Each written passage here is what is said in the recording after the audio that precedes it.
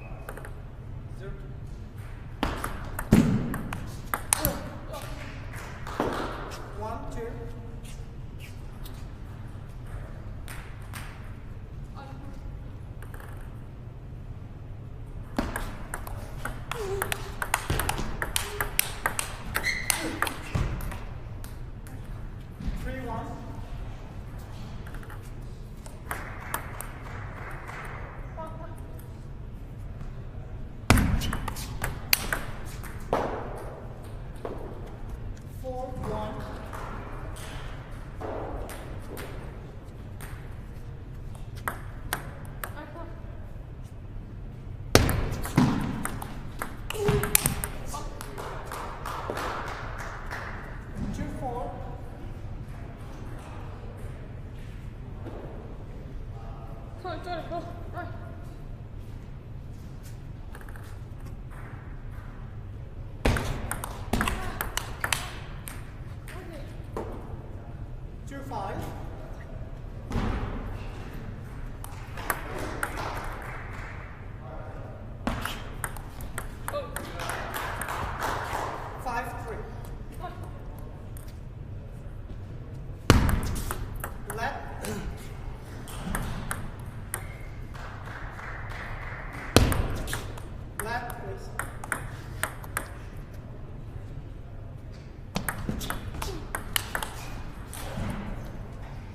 6-3.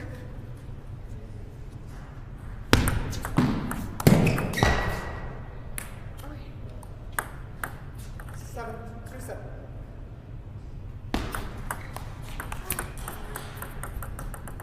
3-8.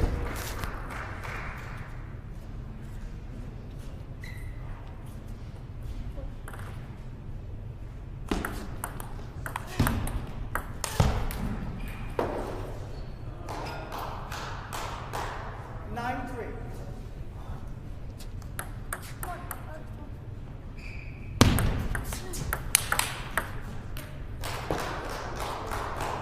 9-4.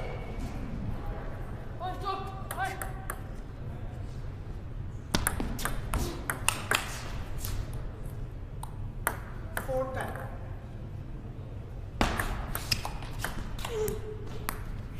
Game.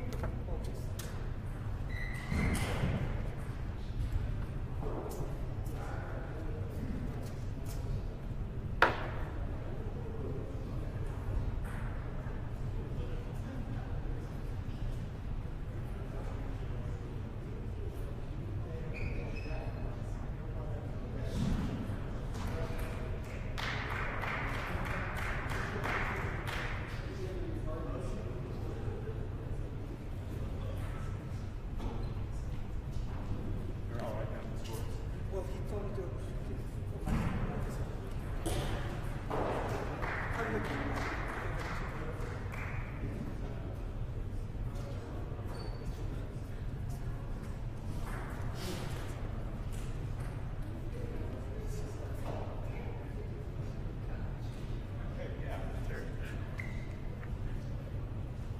Okay, get right up. Time, please. Okay, I'll get right up. Mr. Zhang leading 1-0. Service, Mr. Albert. Come on.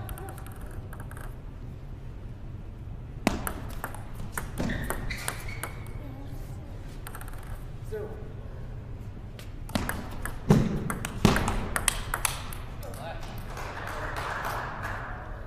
1-1. Right.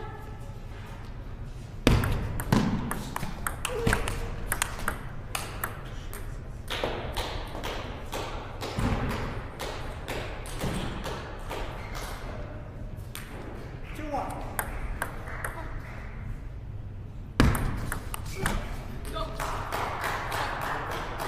2-2. Let's go. Come on.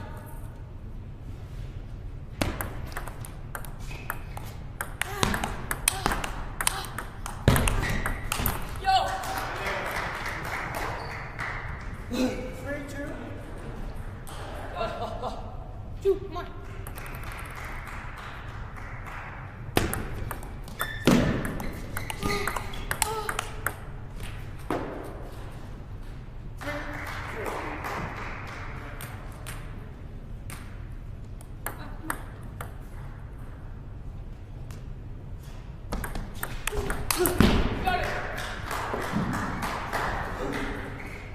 3-4.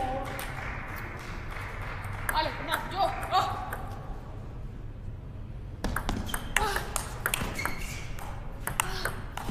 Yole. Come on. 2 legs. 3. Yo.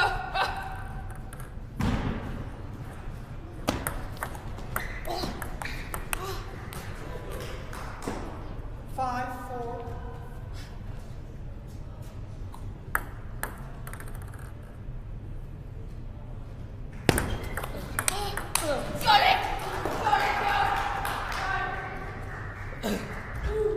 4-6. Ale. Come on.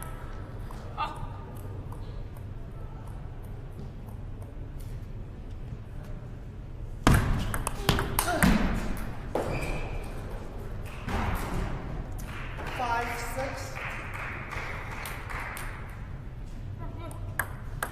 Come on.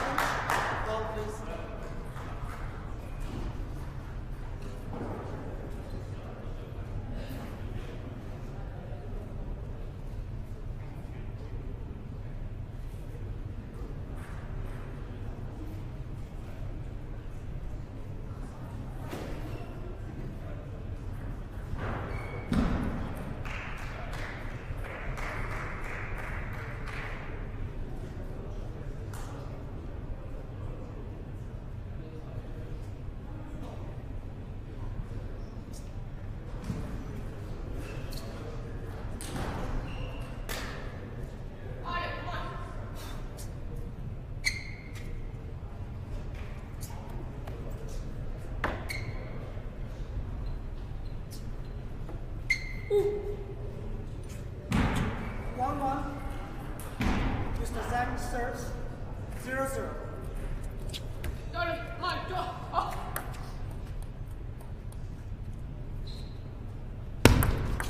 Latch, please.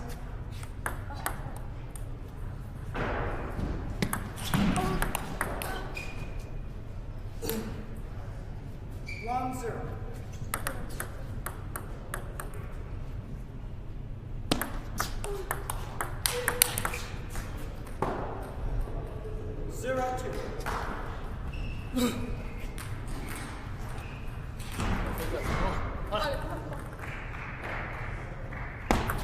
Left.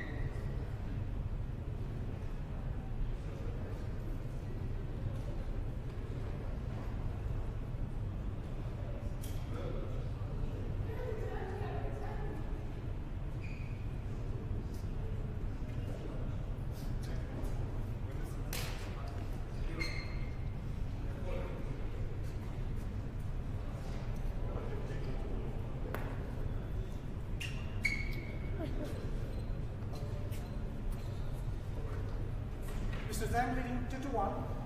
Mr. Calvert serves 0-0. Right, go.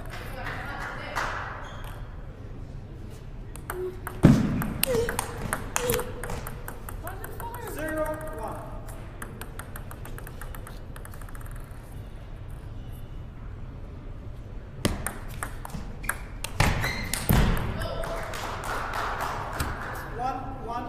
Come on, Alex, go. Oh.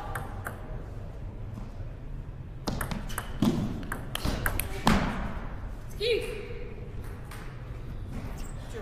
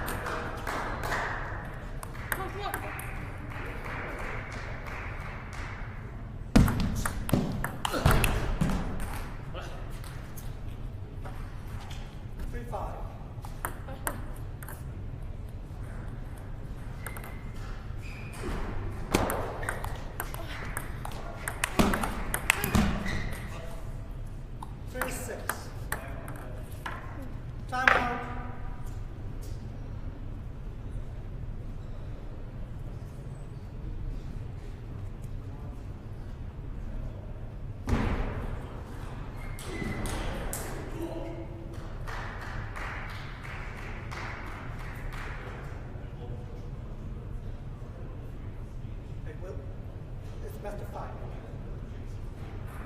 Final is best of 7. Remember? The only thing semifinals and finals are set.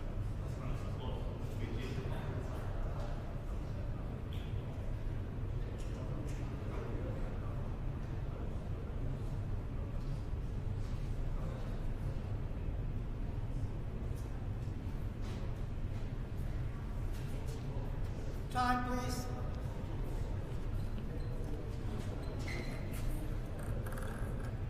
Six.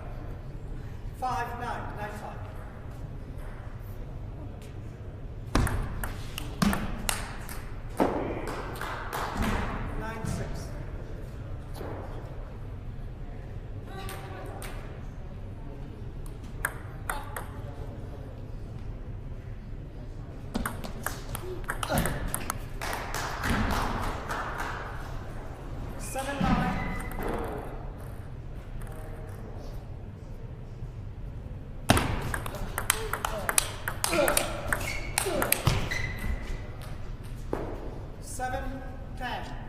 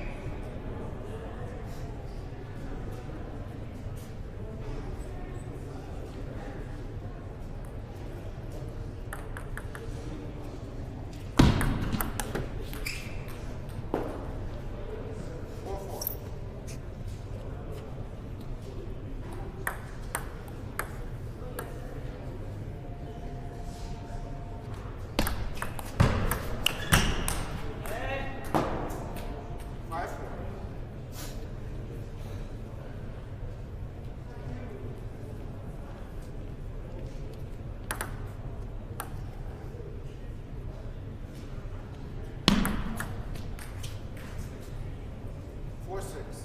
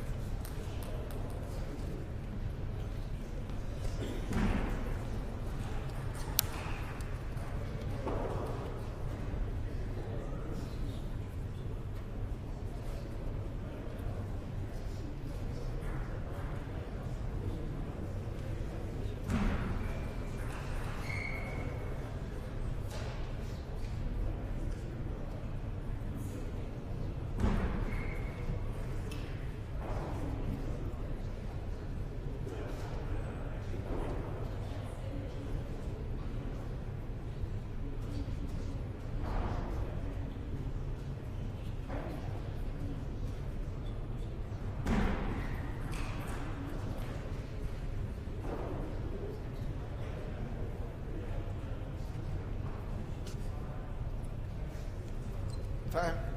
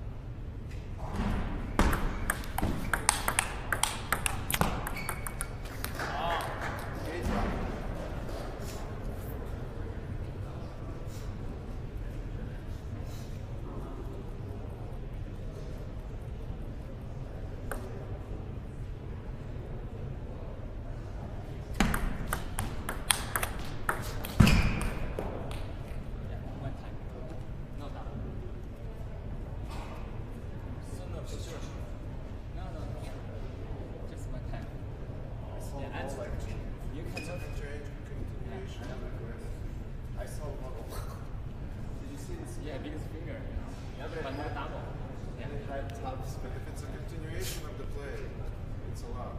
If you guys finger right, yeah, if it hits the back of the hand, it's a continuation of the play, it's allowed. 6-8.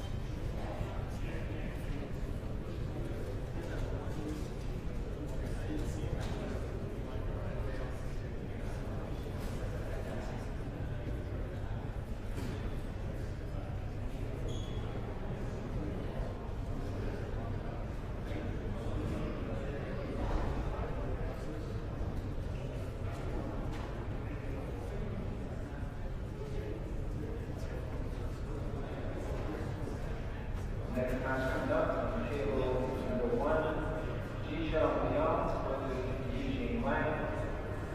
And on table number 2, Tianjin Zhang versus Jimmy Butler. Table number 1, Jisha Leon, Eugene Wang. Table number 2, Tianjin Zhang versus Jimmy Butler.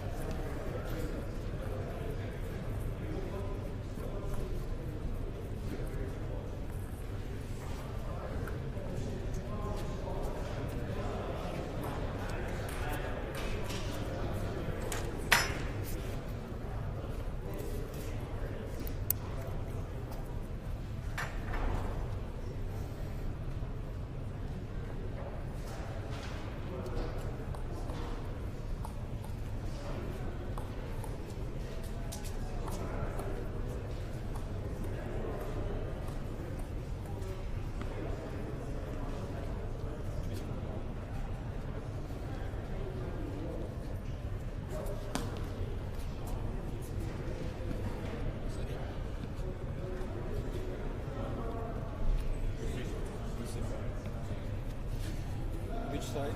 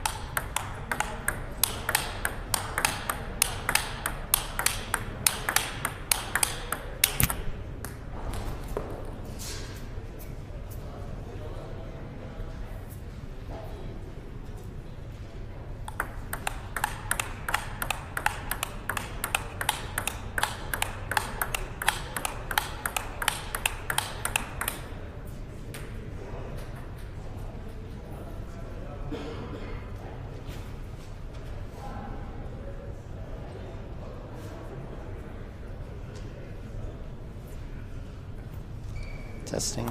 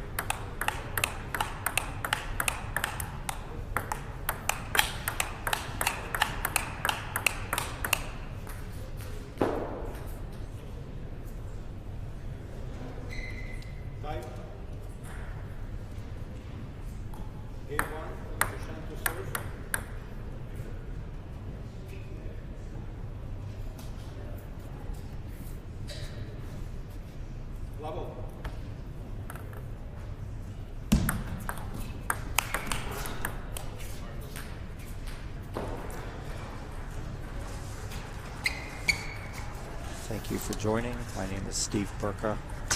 We're here at the Westchester Table Tennis Center in Pleasantville, New York. We're watching this match right now between Eugene Wang and Jishan Liang. We're doing the round robin here on Saturday.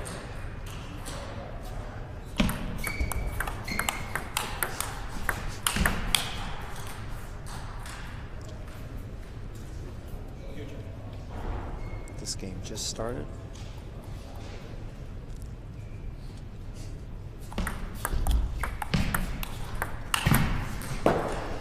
Nice shot down the line by Eugene Wang. 0-4.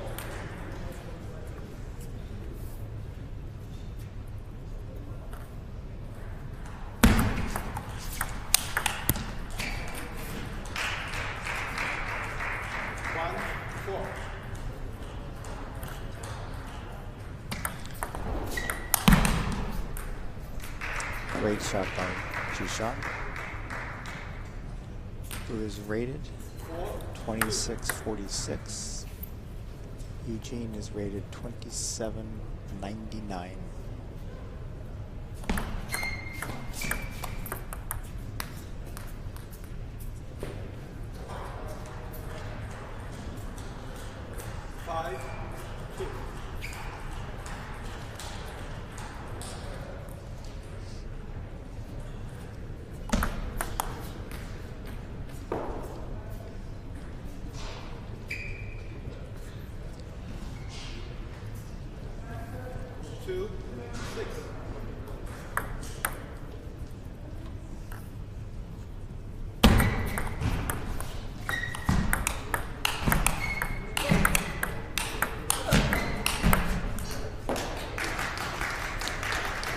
Rally.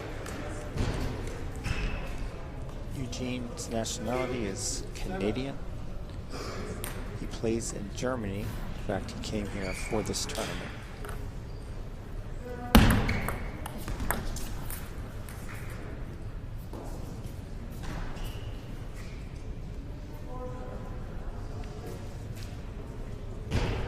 Jishan is right here from New York.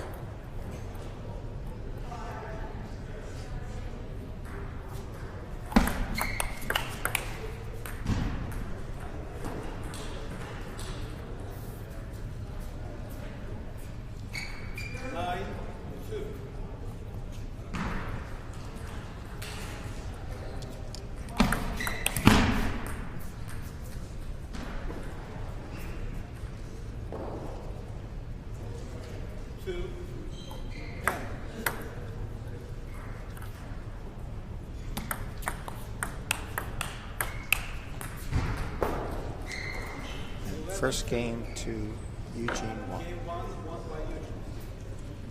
We'll be back.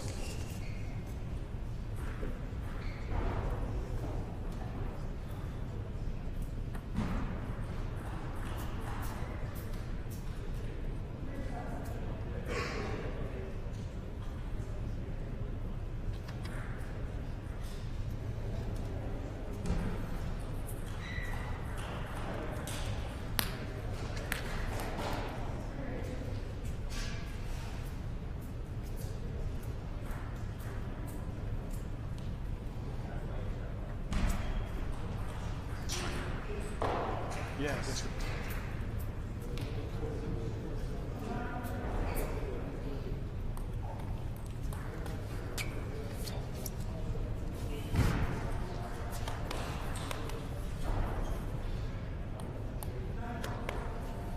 Game 2. Eugene to serve. Level. So back to the start, game 2.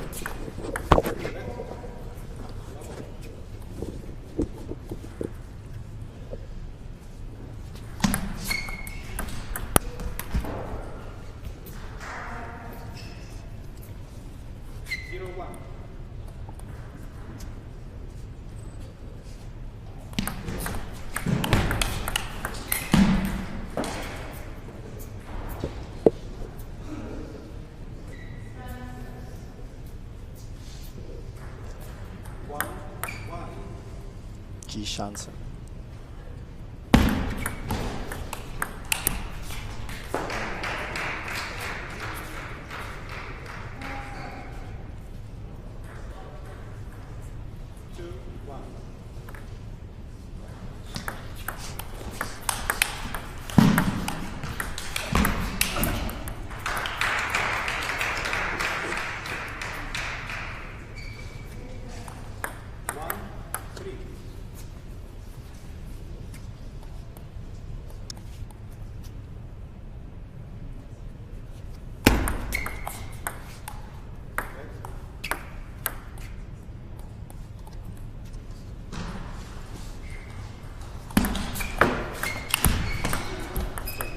Just off the net. I'm joined now by Bill Majimsey, also a member of the Westchester Table Tennis Club here in Pleasantville, to help share in the commentary. Just off the table. Good morning, Steve. How are you, Bill? Well, we're watching here Eugene Wong, who is the highest rated player in the entire tournament, and he's showing the reason why that's the case.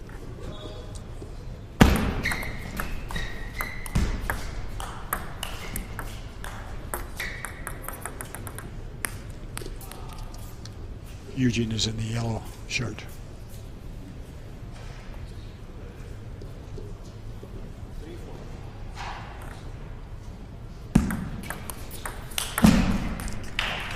Great shot by Jishan.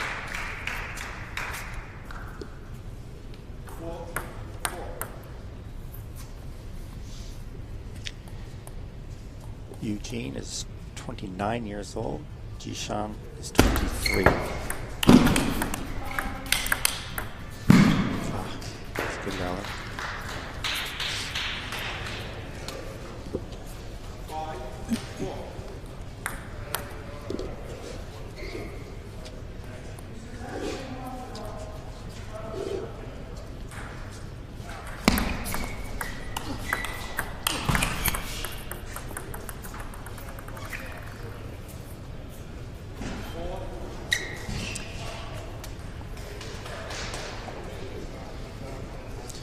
Eugene is also the 2013 U.S. Open champion.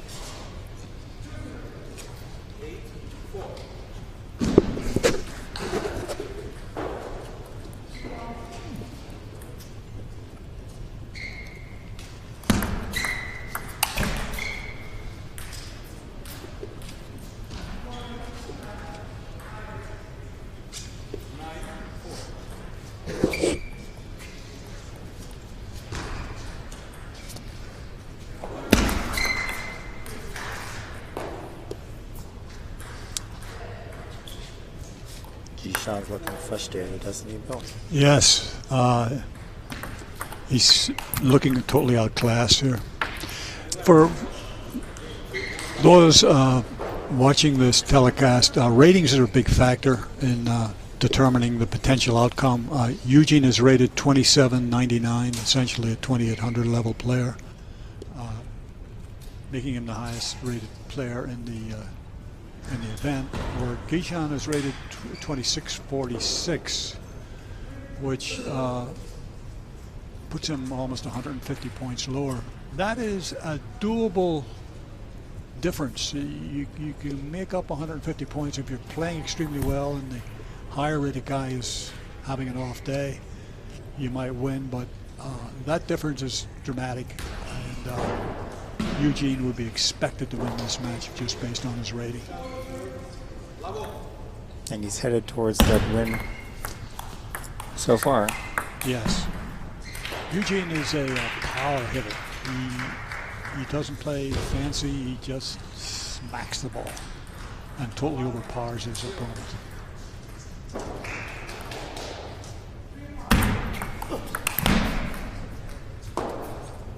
Eugene is also a par hitter, but a much more finesse kind of player, and but Eugene will be trying to outgun him with his power.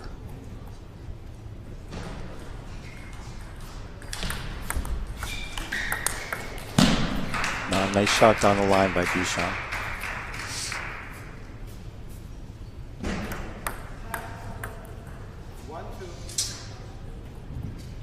And in case you haven't noticed, Duchamp is left-handed. Out of the 16 people in this tournament, 3 are left-handed, as am I. Some people think that's an advantage. I think at this level, the advantage kind of evens out.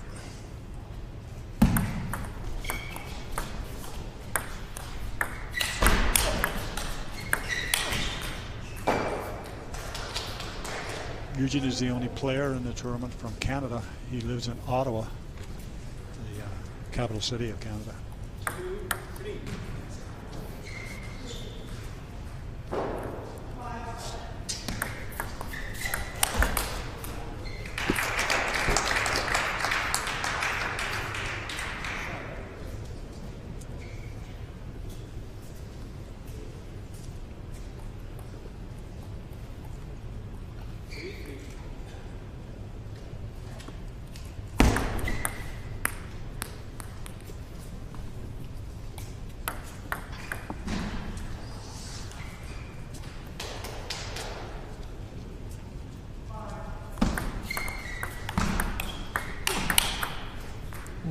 Nice play by Duchamp. Wow.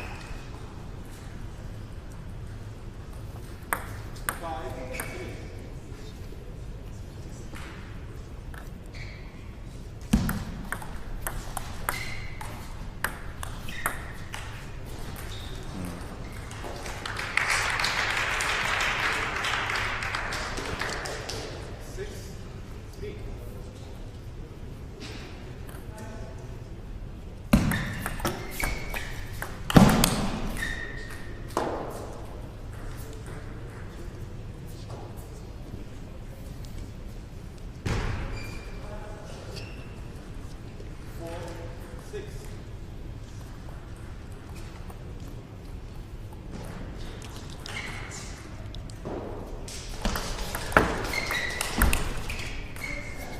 It's a nice shot by Eugene.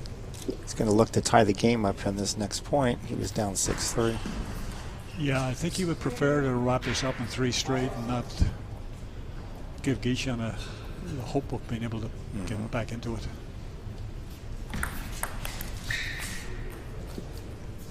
And there he goes, tied up.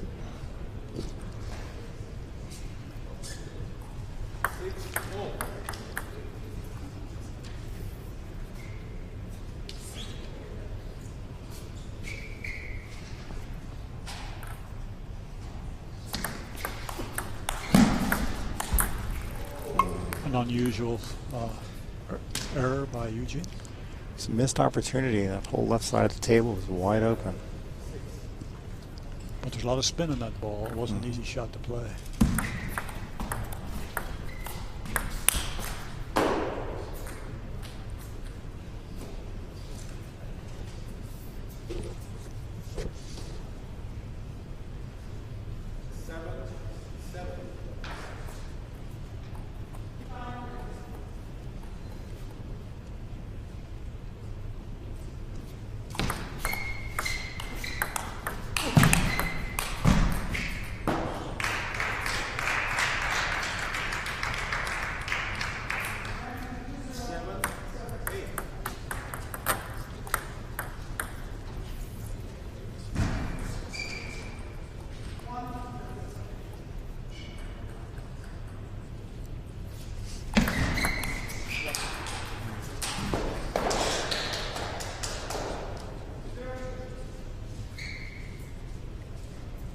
Eugene's serve continues to create problems for Guichen. Guichen needs to win this game if he's going to stay in this match.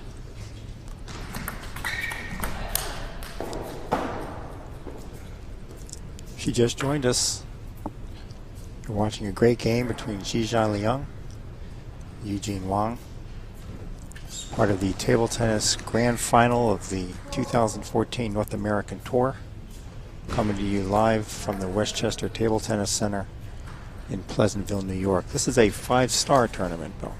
Yes. The facilities here are fantastic, very high ceilings, great lighting, nice tables supplied by Eula.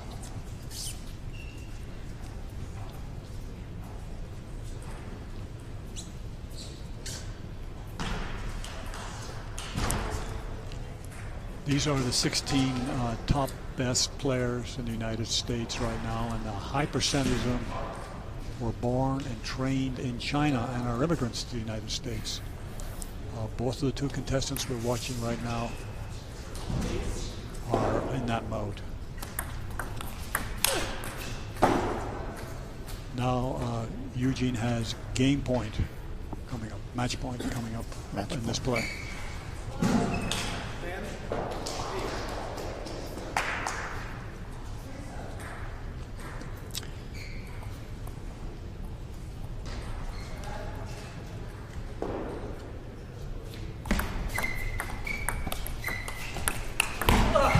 Nice shot by Duchamp. Keeps him in this game. Survived it.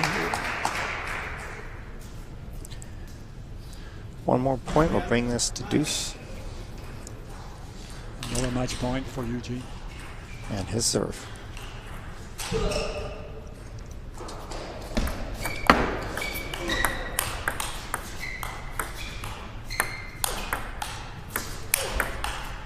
Oh.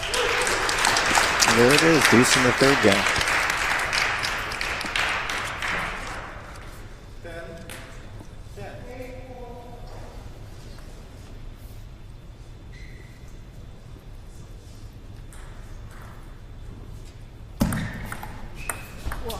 Oh, that's got to be frustrating, Bill.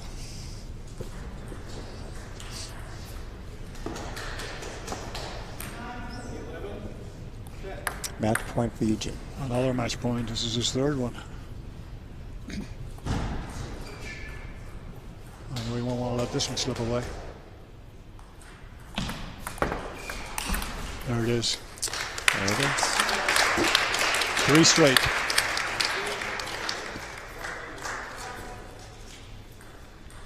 We'll be back.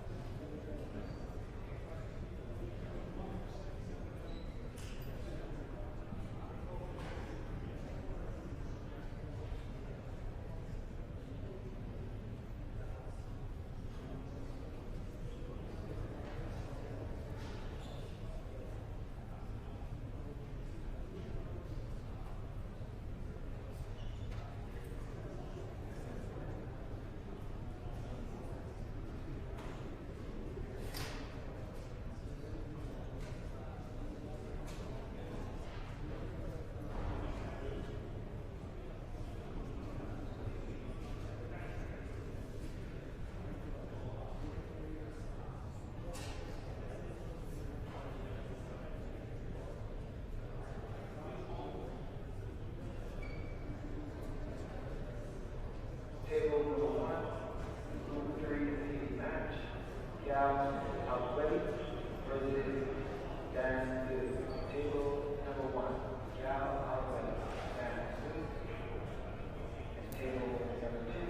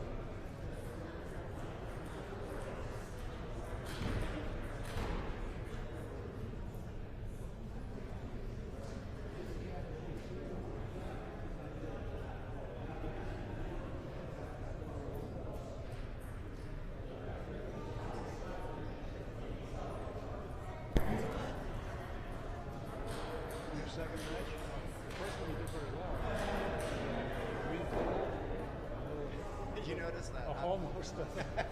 Almost didn't make it. But you lost a couple tough games at the beginning, and then you fought back all the way from 2 down and pulled it out. It's a brilliant comeback. I think the main thing is I'm lucky to have won the first match. The second match, he's better than me anyway, but I have to be more prepared to play a better match. But basically, you're right. I didn't get here as early as I wanted to, which doesn't normally happen. My father.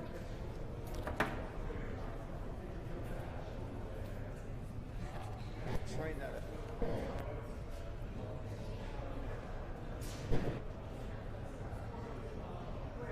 I got lucky.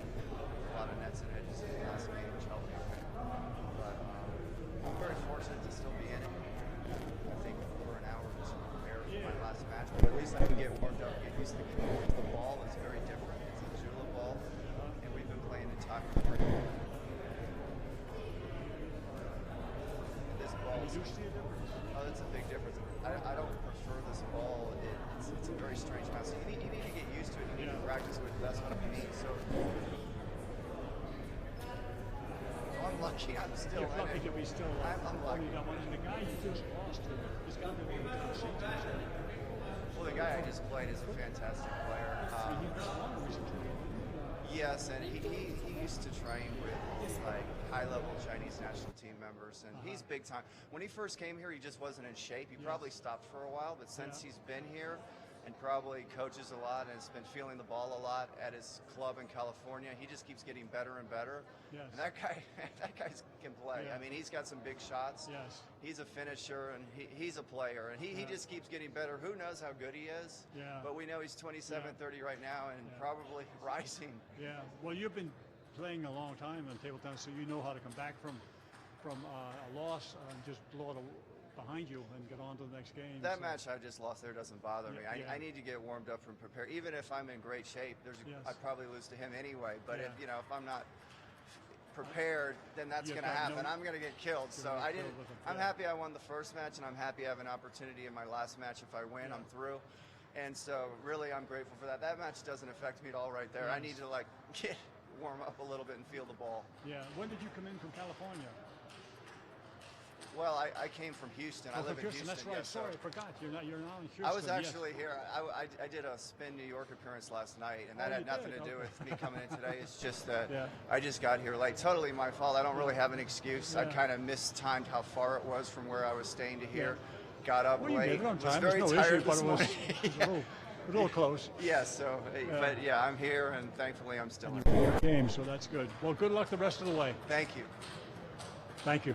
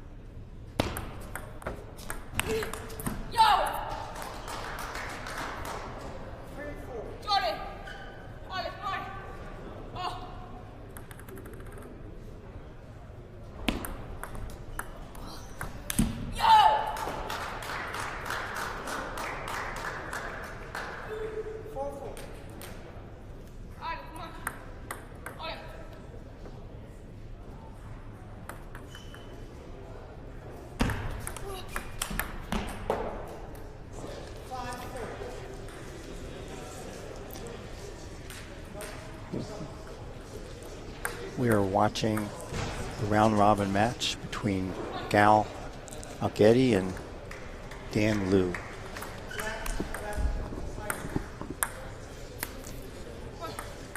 We are live from the grand final of the North American Tour for 2014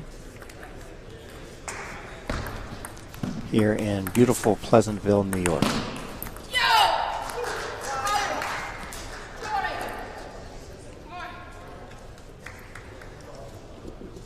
Gal gets very excited when he makes good points. Yeah.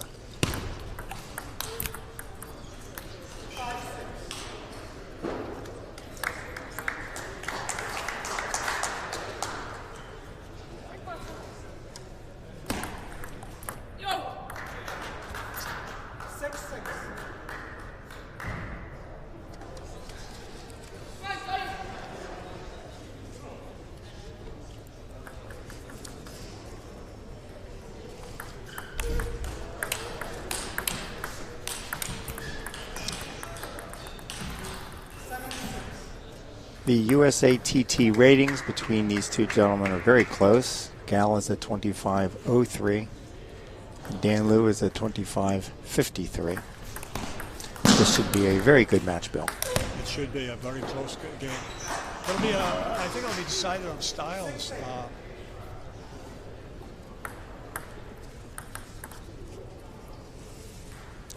We should mention, too, that Dan Liu is 22.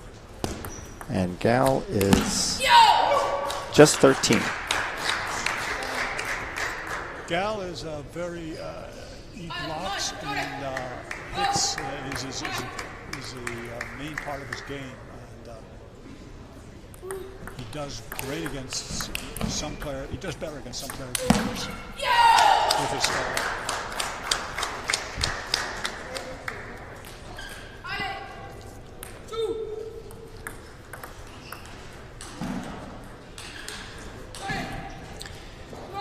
Gal hails from Tenafly, New Jersey. Dan is from Milpitas, California, and plays at the ICC club there, which is considered one of the best clubs in the country.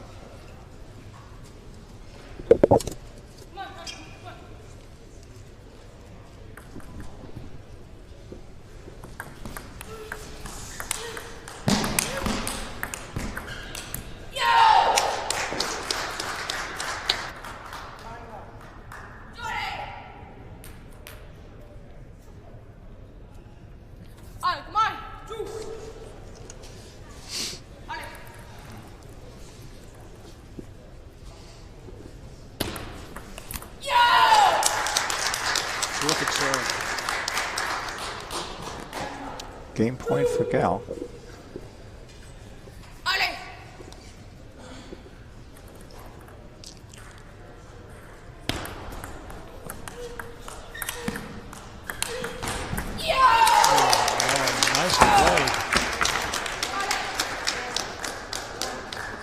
Dan tossed his paddle there. Did you notice that, Bill? Yeah, he was frustrated. He's frustrated. You can see Gal, his father is an excellent table tennis player, and he's got two brothers that are almost as pretty much comparable in strength to him, and his father is his coach.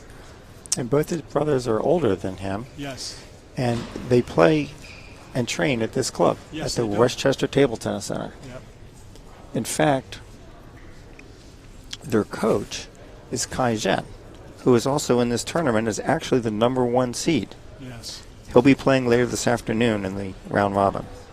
And Kai's parents just came in from China yesterday. I saw that. Yeah, and they're going to be here to see him play, so that's got to be very exciting for that family. I also train with Kai, and my wife trains with Kai. Oh, really? That's fantastic. I've gotten better. My wife has gotten a lot better. Has she gotten better enough to beat you yet? Not yet. That's why I need to keep training with Kai. You're going to try to keep it that way. Huh? Yeah. So here we are, the start of game 2.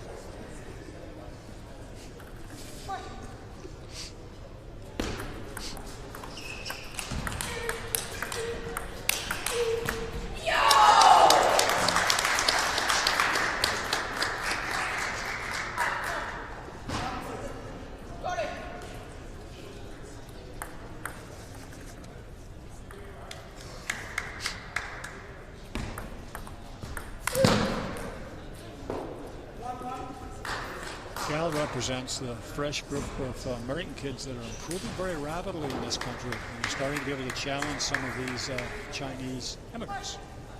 They're getting good coaching, and they're playing against top competition.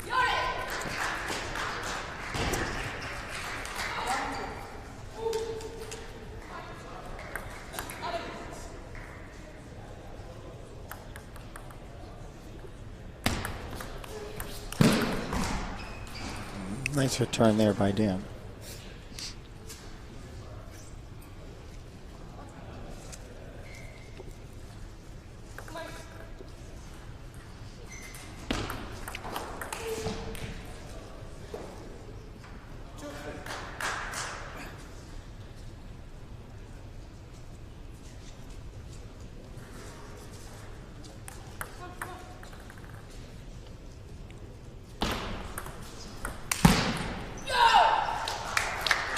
That was a very nice third ball attack, coming off of a very deep corner serve.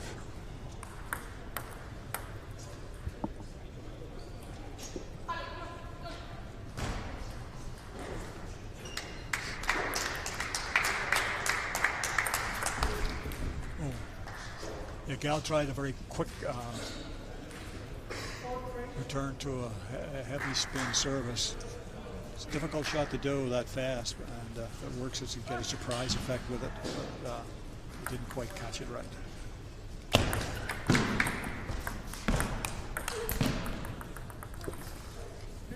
Gal is trying very hard to take the initiative on the offense and knock Dan back onto defense. He's doing quite well at it.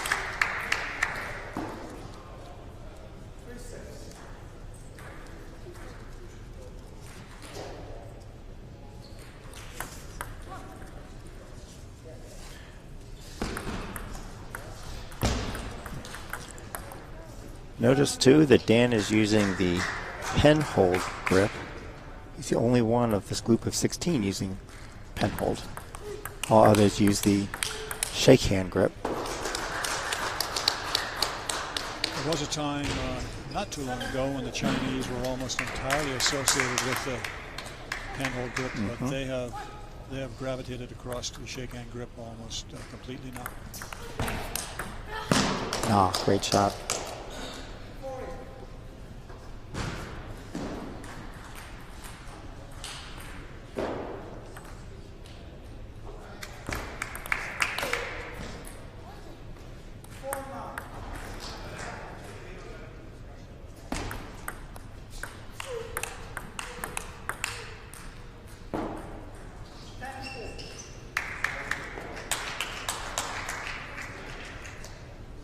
Game point here for Dan.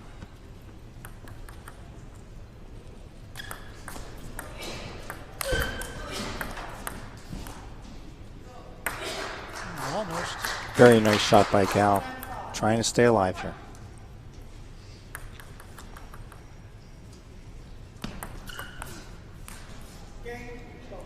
So they're all tied up at one apiece. We'll be back.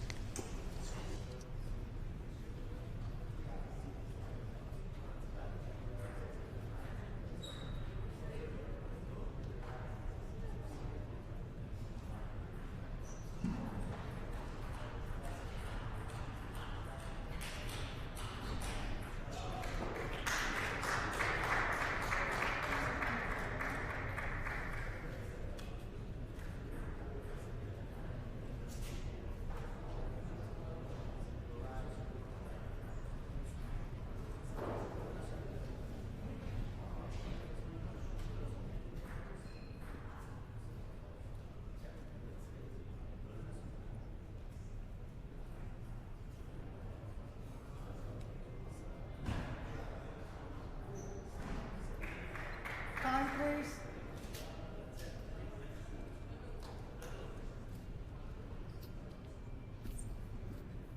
One. Mr. Liu serves.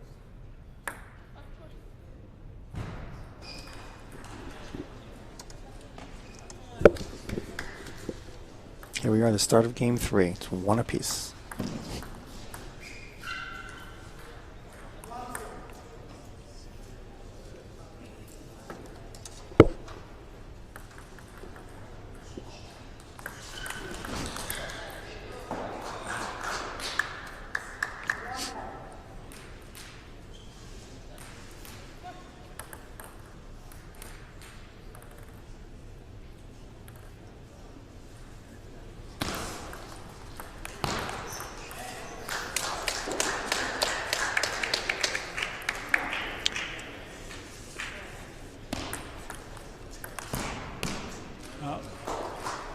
just was not the friend of Gal that time? Gal is a recent champion of the 2014 U.S. Nationals Mini Cadet. He's also a member of the 2015 U.S. National Junior and Cadet teams.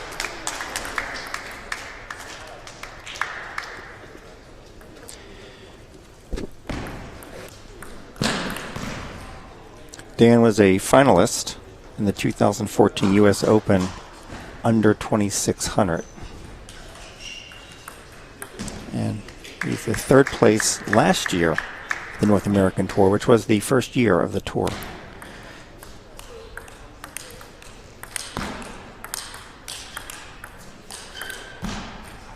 Nice point.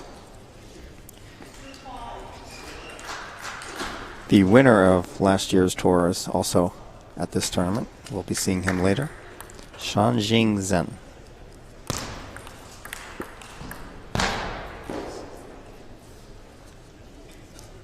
I hope I pronounced that right. Forgive me if I didn't.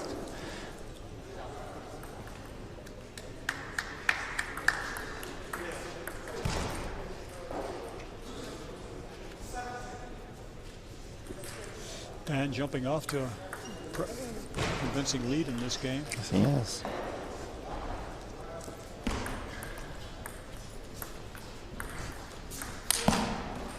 That's what Gal needs to do. He needs to get onto his offense, and Dan has found a way to stifle him and hold him back.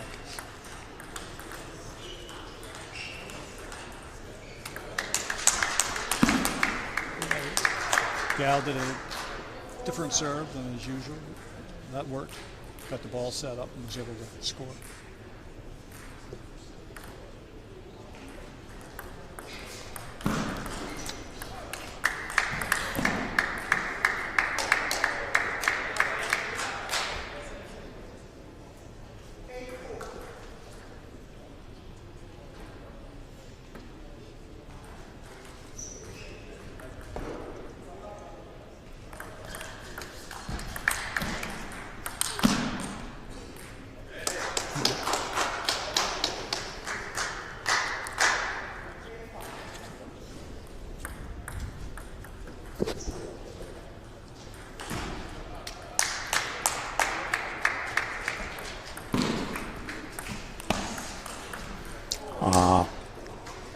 Dan got the edge of that table and got that point.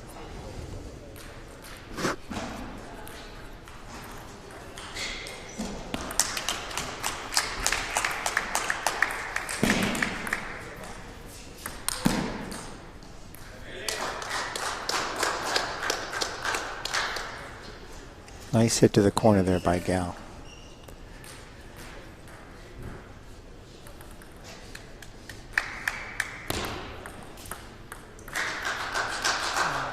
Very sharp, heavy chop serve.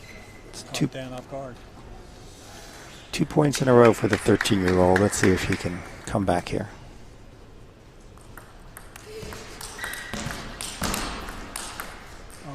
Just too overpowering by Dan.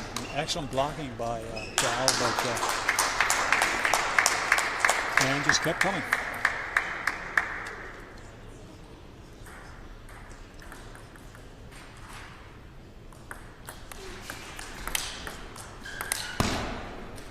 It's game.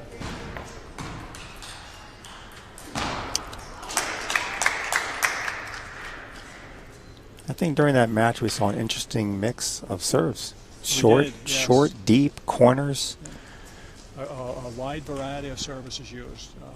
Some players tend to concentrate on keeping very much the same serve and focusing on their shots. But the variety of serves can give an advantage, and we saw that with both these players, both using a wide range of different serves. Some of the top players tend to have a fewer number of serves so that the number of returns against those serves are more predictable. Yeah, I think that's the theory is predictability is the preference with some players. They know what weight of of spin is on the returning ball, and they can react more effectively. They think that way, but that's not what we were seeing here.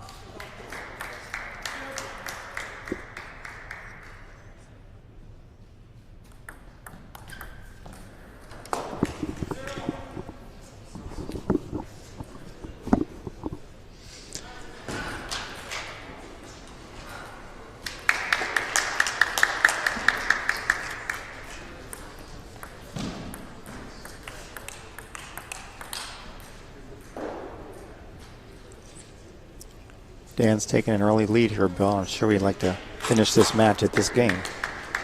Yeah, Gal's having a little bit of difficulty getting his offense just the way he wants it.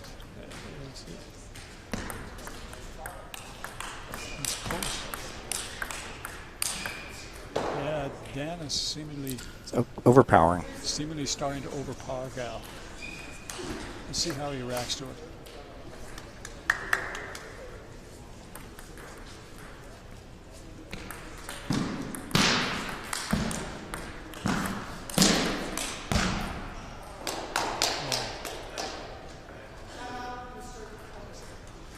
Gal takes a timeout here to confer with his coach, who's also his father. And I think a timely move because this game is getting away from him. Great. So this is a change in strategy here could have an effect on the outcome. This is a 60-second timeout. Okay. The umpire has a stopwatch. And Dan just goes into the corner and talks to himself. Not privileged to have a coach with him.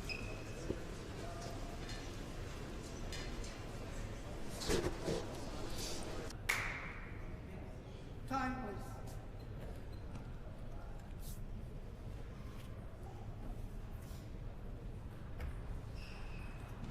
0-4.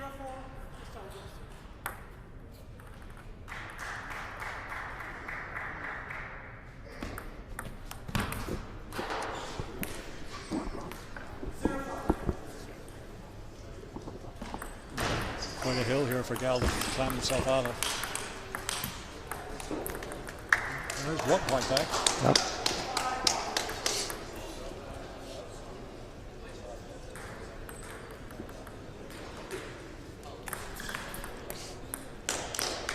That's one of the fast, deep serves to the corner that we talked about. Caught him off guard. That was a very effective serve. And there's the short serve towards the center of the table, all backspin.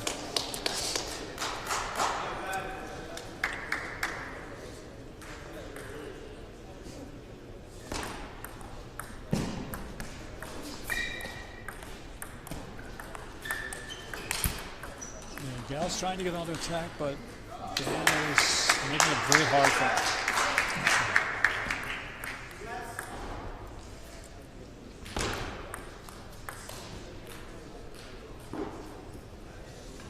I think we should point out, too, that this is the round robin first day of the grand final. Good point.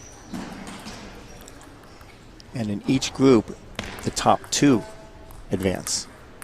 Which means you can lose a match like Gal here and still advance if you do well. That's right. In the rest of your game.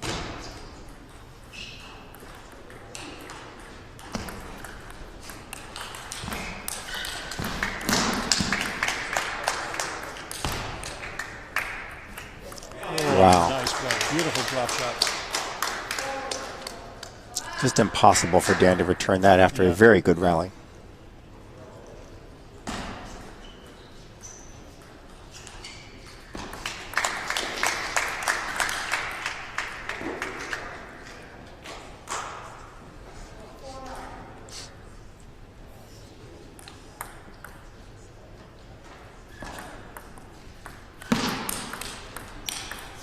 Another brilliant shot by Dan. A match point for Dan here, if he can do it here.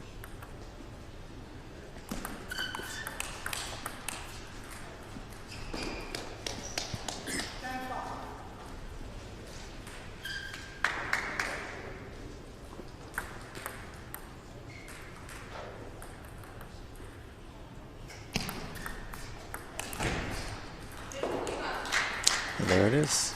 No, 6-10. I thought it hit the edge of the table. Yeah. I think Dan might have thought that too. There it is now. That's it. I was just 1 point premature. Match to Dan 3-1. Yes. And we'll be back.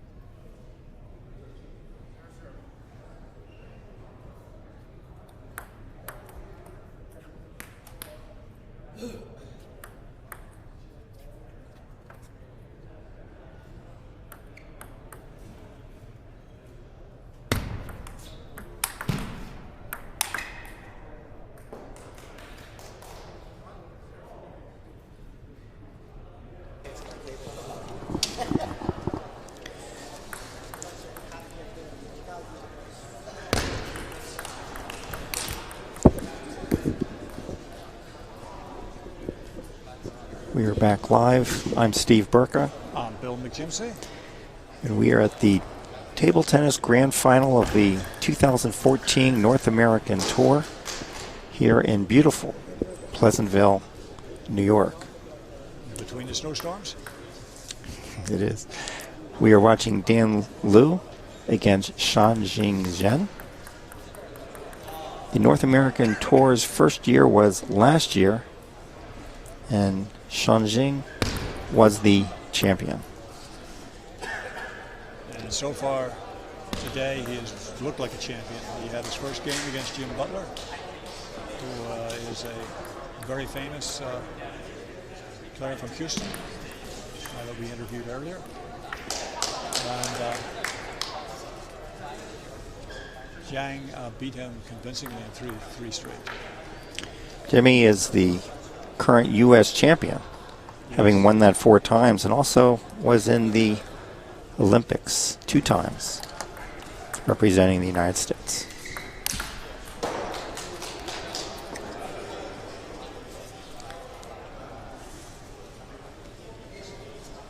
You'll notice that Dan Liu uses the penhold grip. He's the only one of the group of 16 at these finals that uses that grip. All others use shake hand. Oh, that was a great shot. Zhang's rating is 27.32 and Dan's is 25.53. If those ratings are accurate, that's pretty close to not being impossible, but extremely difficult for Dan to prevail in this match. It's a sizable difference to make up. In the seeding for this tournament, Shanjing is seeded 3rd. Dan is seeded number 14. But all 16 contestants here are just great.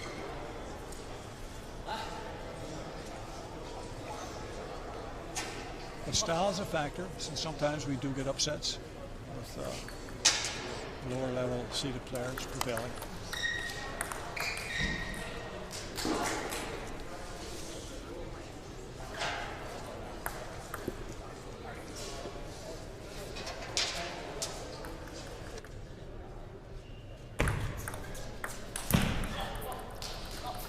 Surprise serve, but Zhang did anticipate it or catch it, and still won the point.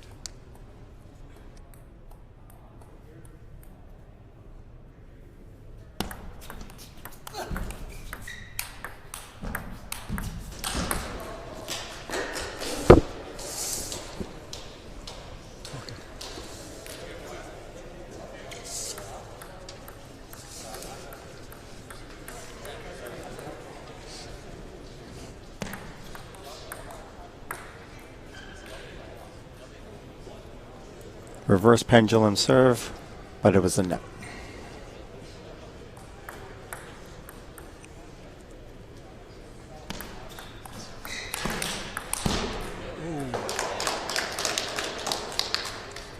Shanjing looked a little upset that he missed that shot. He had a great 3rd ball, but Dan countered. Yeah.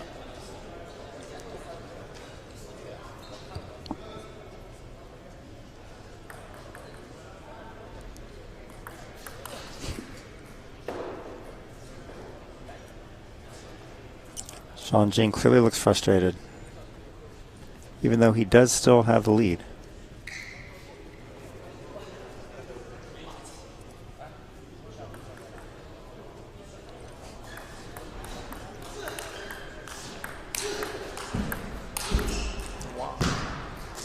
Brilliant shot. That was an amazing shot.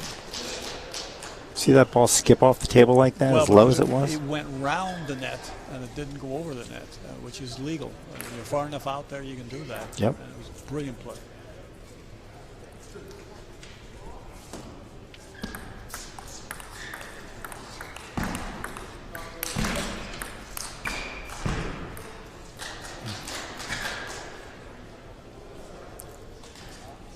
Now Dan showing his frustration as he's down 10-7. Game point, Shanjing serving. And there it is on the third ball.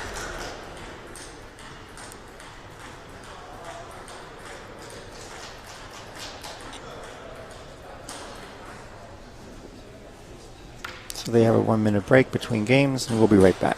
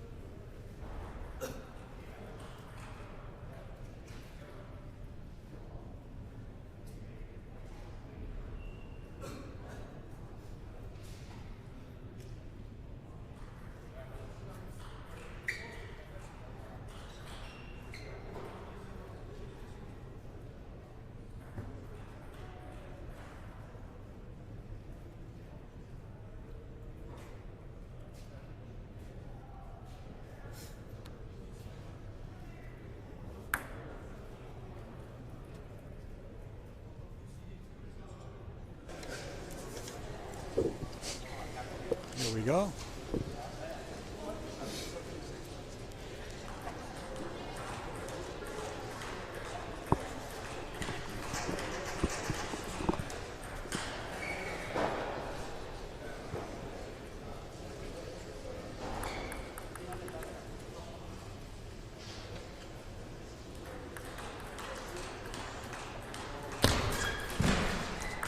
Whoa, surprising miss by.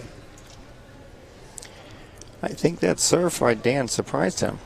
Yeah. Deep right to where he's standing. Notice Dan moved then to a very short backspin serve, close to the net. Got Sean Jing a little bit off guard here at the start of the second game. Maybe Dan has a different strategy here.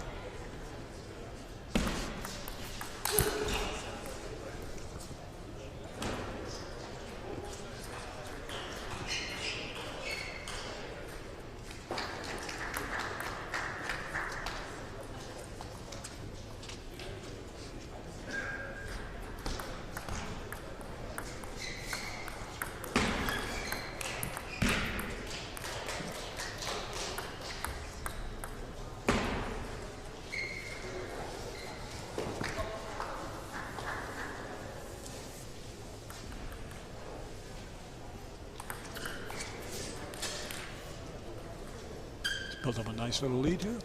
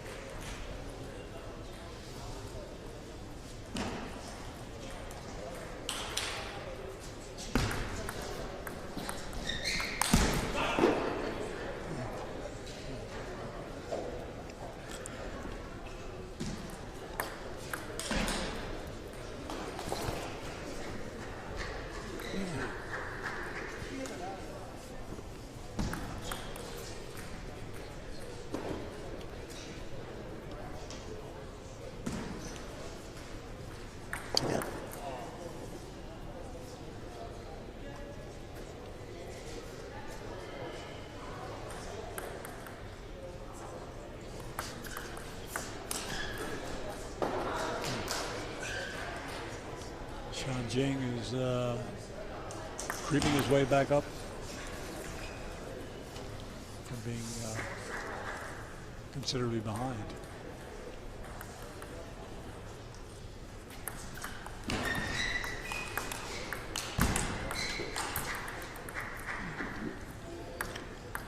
Both these gentlemen come from California. Dan Liu from Milpitas. He's a coach at the ICC, which is a club considered one of the better clubs in the country, as of course is our Westchester Table Tennis Center here where this is played. Sean Jing is from El Monte, California, where he also coaches.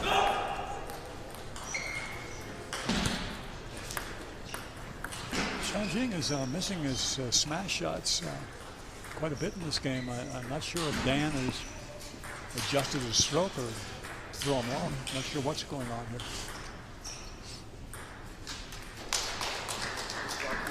Nope.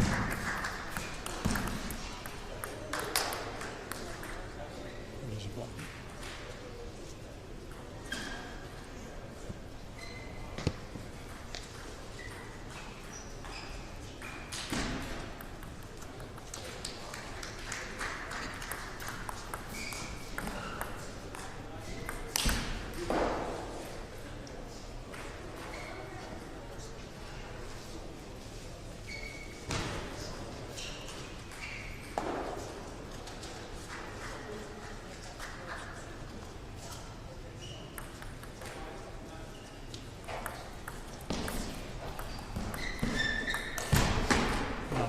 Beautiful backhand. Nice shot. Long, sweeping, looping backhand.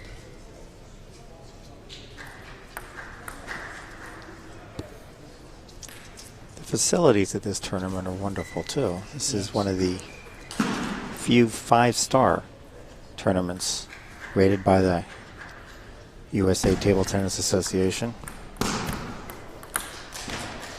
Oh, Dan showing his frustration. Yeah, well, he's frustrated. Did have a chance there to make Yeah. a very important point, which would have given him a 9-6 lead, which would have been pretty dramatic. He wasn't quite able to get the shot to work properly. Now Sean Jing has a chance to tie it up. Beautiful. Very short serve by Sean Jing, and somehow Dan caught it perfectly with a forehand loop deep into the forehand.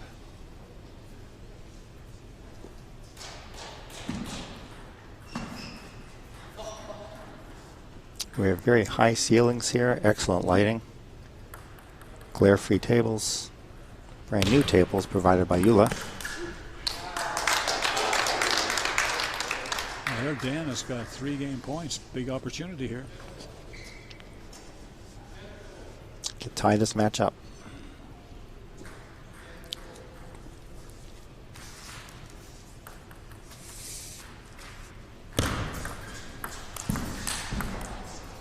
Wow, what a save of a game point.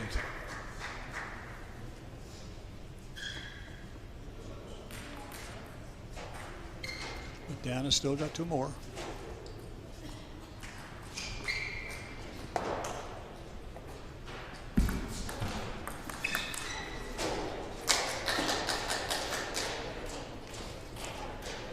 Now it's down to 1.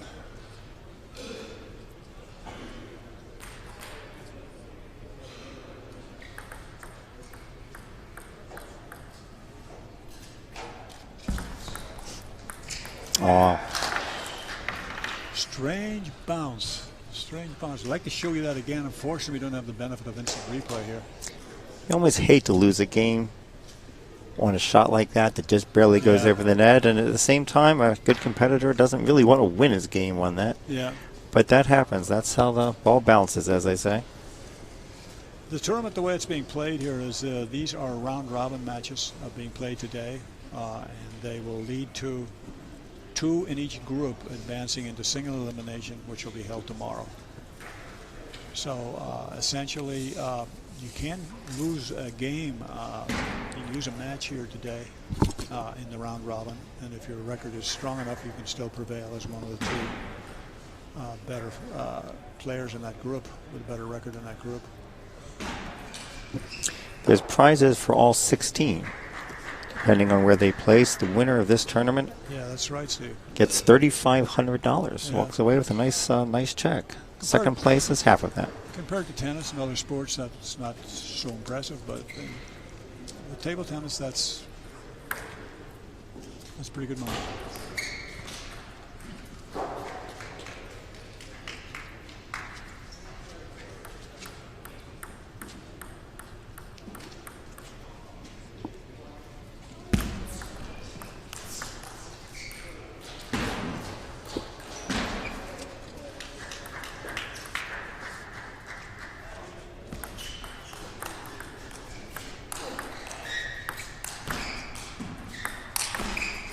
Wow. Great shot there. And Shanjing looks like he means business this game. He's not about to allow it to get away from him. All matches in this tournament are best of 5 games, except the semifinals and the finals, which are best of 7. That'll be tomorrow.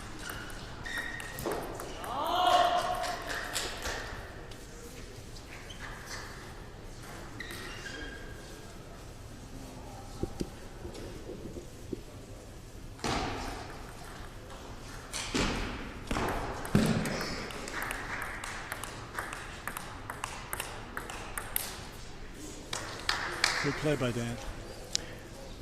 A lot of backhand shots till Shanjing took to his forehand and hit the edge of his paddle and sent that about 30 feet in the air.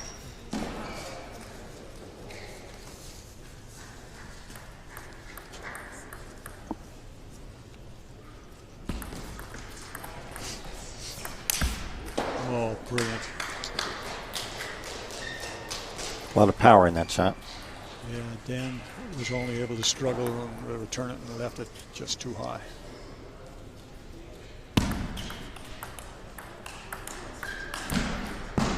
And that just caught it.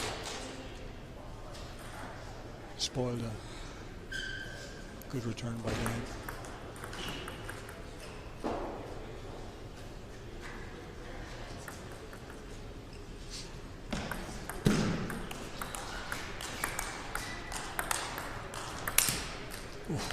Hits the net and goes off. That time the net worked to Dan's favor.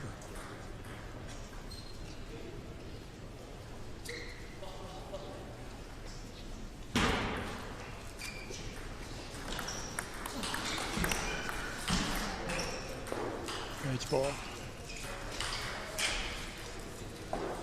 Another characteristic of Shanjing's game is his extremely high toss on the serve. You see how high he throws his ball up.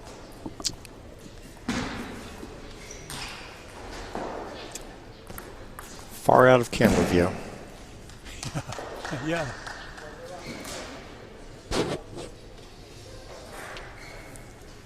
The rules of table tennis require the ball to be thrown up a minimum of 6 inches. Below that, the umpires will call a warning and perhaps even a point if that happens more than once. Shanjing has no problem with those 6 inches.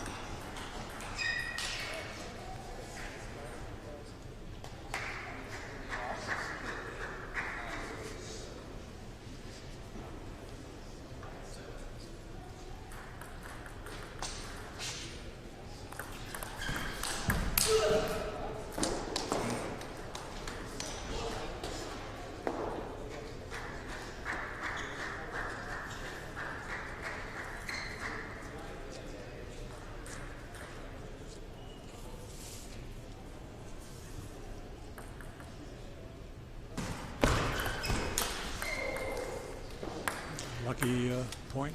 We've seen quite a few nets and edges so far.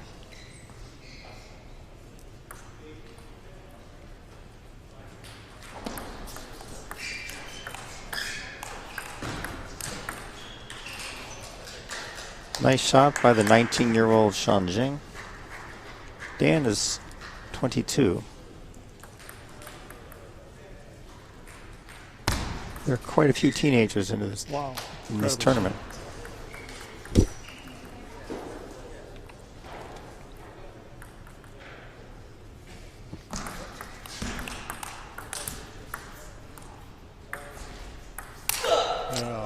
Wow.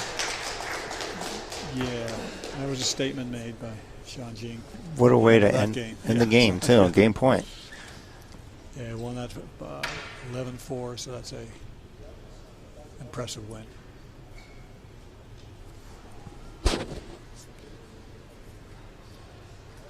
So the reigning champion goes off into the corner to get some feedback from the highest rated player in the tournament, Eugene Wong from Canada.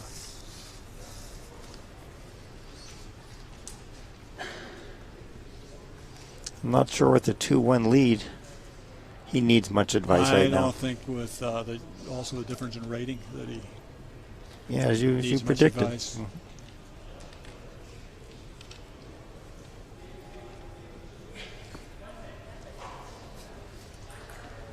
In fact, those two guys are probably, if I had to predict, the probable finalists in this thing. Eugene and Shanxing. Yeah. That will be something to watch. Anything can happen between now and then. There's a lot of table tennis between now and tomorrow. A lot of potential finals. upsets can occur. Yeah. Absolutely.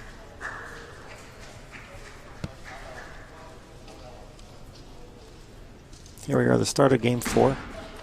Shanxing up 2-1.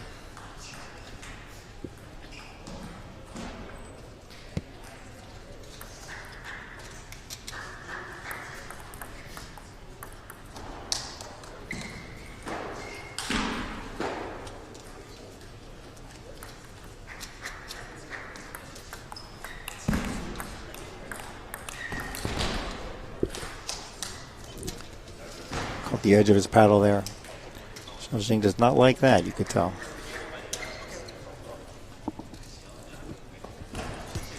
Dan get off to a quick start here. Maybe up his confidence a bit, which he needs.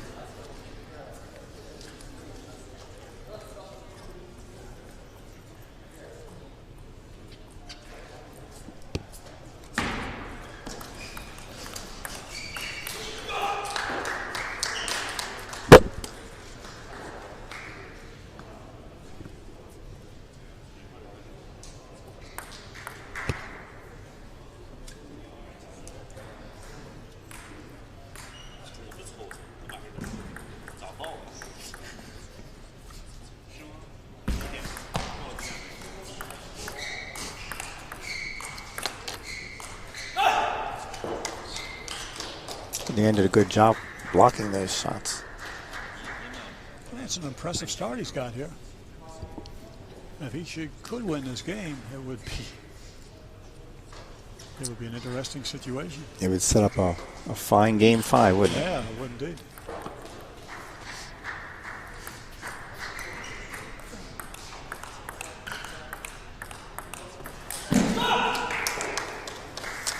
Based on the ratings of the two players, it really should not be this close.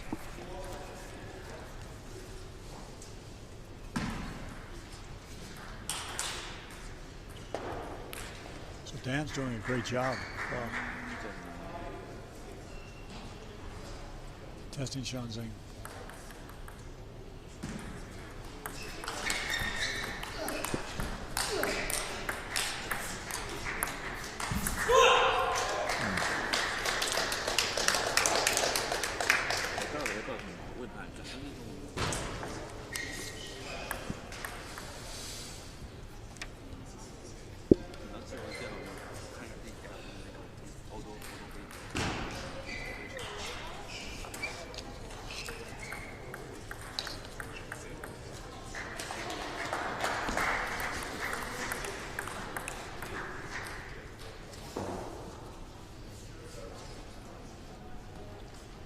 Frustrated Shanxing now.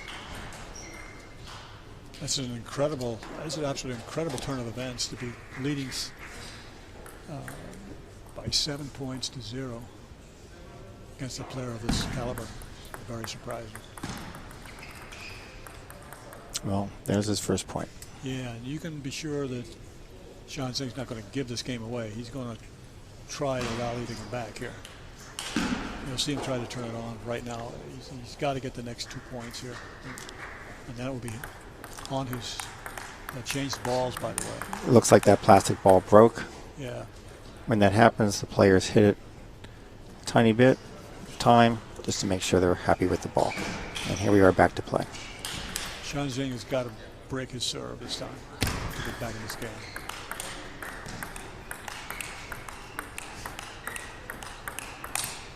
And he missed it. He missed the crucial put-away shot. Caught the top of the net. By the way, we've seen a lot of broken balls so far in this tournament, as the USATT and ITTF has moved to have moved to plastic balls from previous celluloid. Plastic tends to break more easily.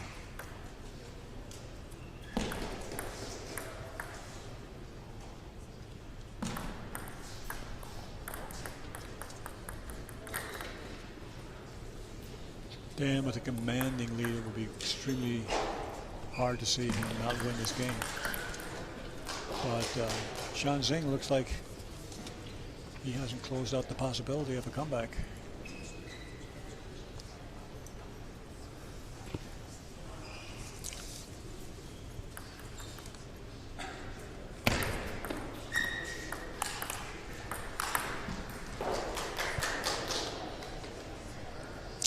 Looks like a little momentum shift from the last few points. Absolutely.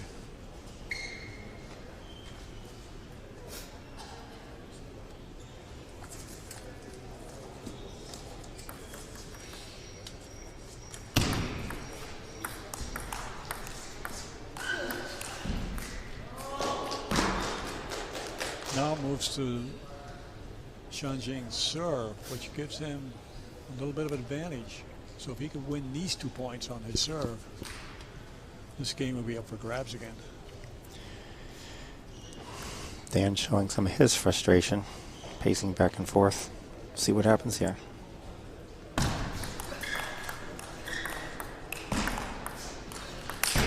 Wow, what a shot. This is a big, big point here.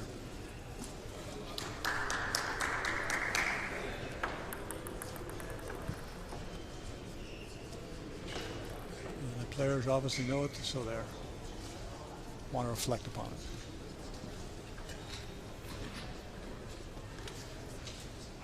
These round robins are made up into 4 groups today, and they're, although you can't see because we have a fixed camera shot, there are 2 tables with games going on simultaneously in both tables. So you're seeing just half of the tournament. We should point out, too, that this 5-star tournament, which is rated one of the highest in the country because of this facility, is 14,000 square feet, and right now we have 2 tables in that space. And also should point out that, Steve, tomorrow it will be just 1 table. So viewers tomorrow will see the whole thing. And there are plenty of viewers here today. We have bleachers, they're off camera. A lot of spectators and also players waiting to play their next match.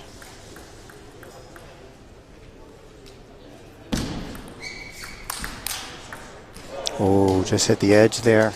That was a huge point. Huge, huge point. Makes it very difficult for Shanxing now to close this up.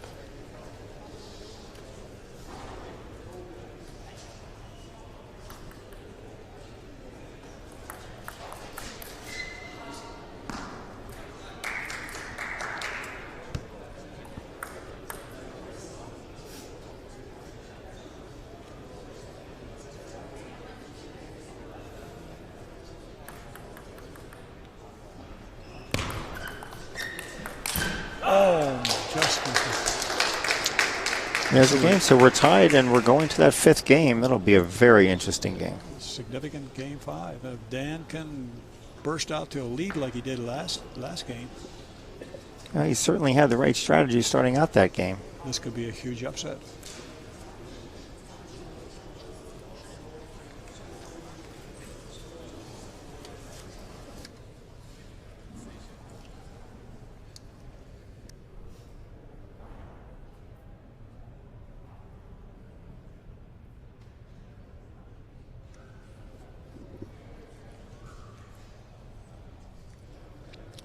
The game on the other table has ended. It didn't run to extra games, and they don't start the next round until this game will be completed.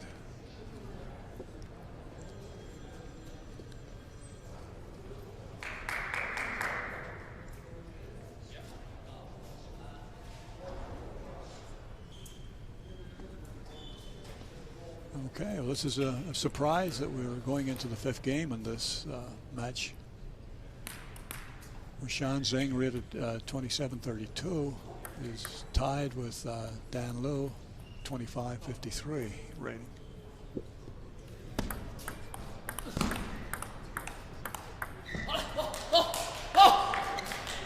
Shan Zheng pushing himself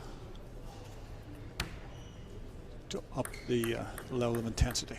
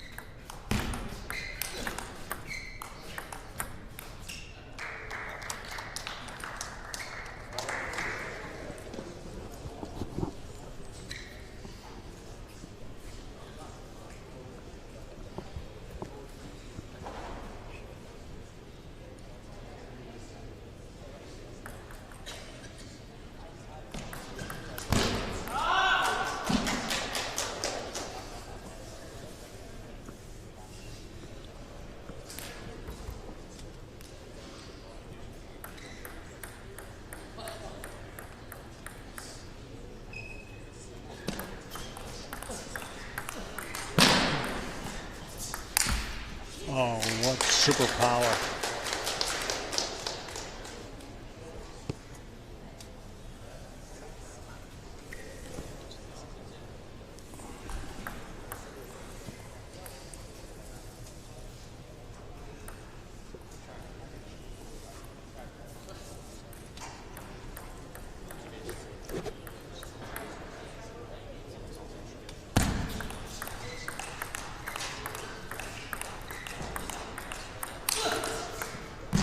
Brilliant play by Dan.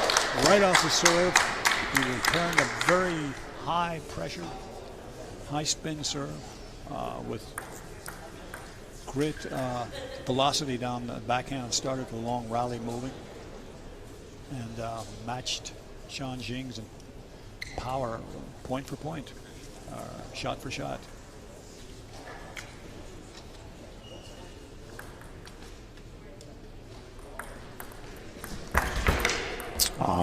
Just off the net. Yeah. Nothing you can do about that. Players will change ends. At 5 points, they do that in the 5th game only. So that each gets the same amount of time at each side of the table.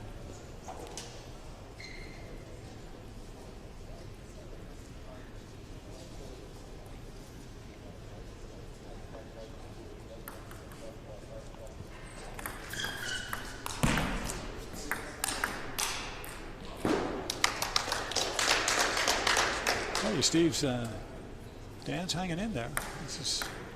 He is. Shan Zheng is not exactly running away with this 5th game.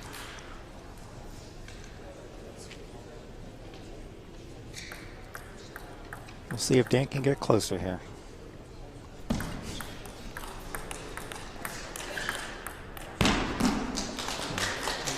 Dan moving extremely well. Didn't get that point, but looked like it might have hit his finger. Yeah. I like the way he's moving. Foot movement's an important part of table tennis.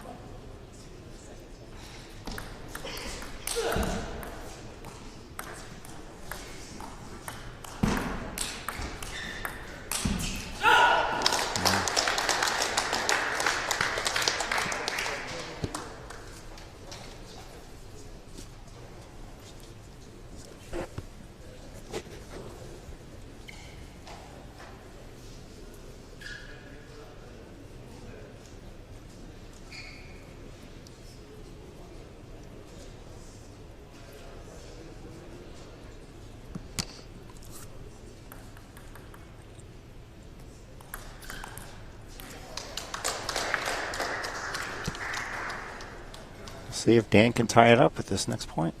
Well, Shan Zheng has decided he wants a timeout. I think he's too pleased with the way this thing is unfolding. So they have a 1 minute timeout. Umpire showing that.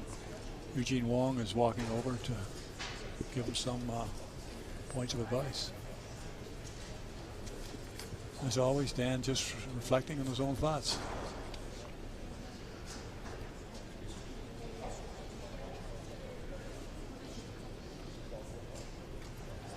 I just note that Sean Jing is actually off camera, so viewers can't actually see that he's talking to Eugene Wong.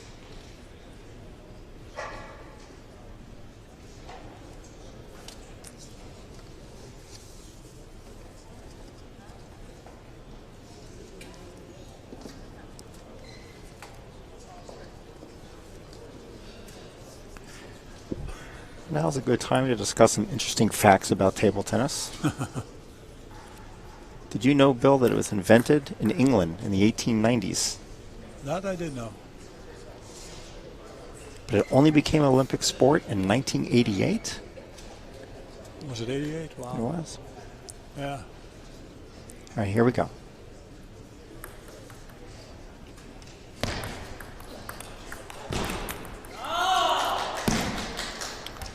Dan upset of himself there.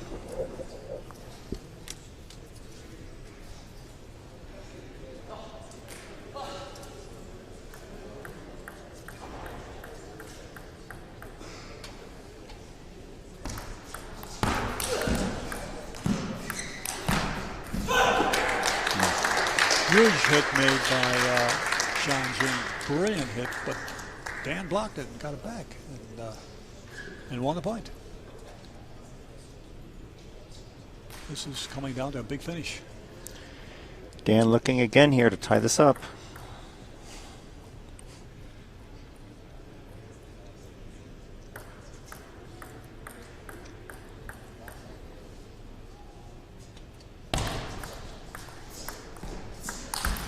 Yeah, he lifted that. Dan lifted that, and so much power.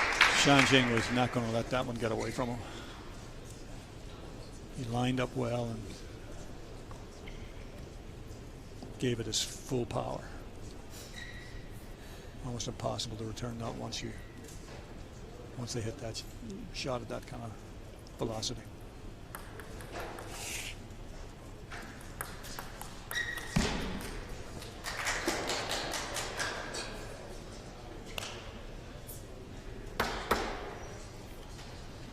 This is almost a must-win point for Dan.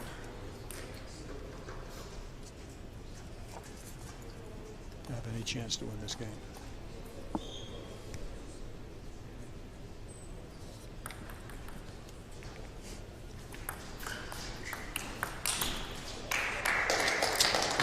You got it. Yeah. So he's still in there. He's still hanging in there.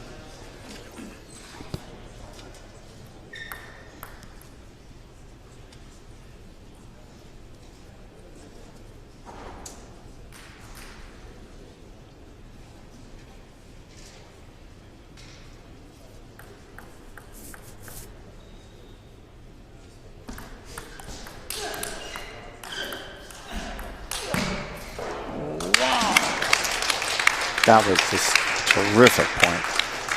Just overpowered Dan. They just kept coming. He kept getting them back, but Sean Jing just overpowered. Here we have match point for Sean Jing, and he's serving. There it is. There it is. That was a really great match. It was a good match. It was an excellent match. Went 5 games. First match so far today that has gone to 5 matches, 5 games. And we'll be back.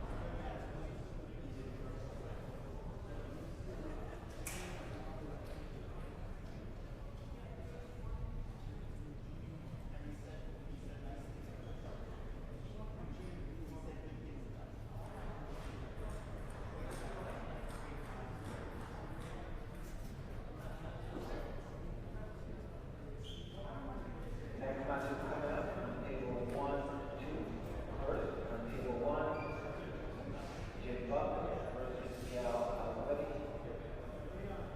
And on table 2, Vivian Wine versus Rudy Wine. Table 2.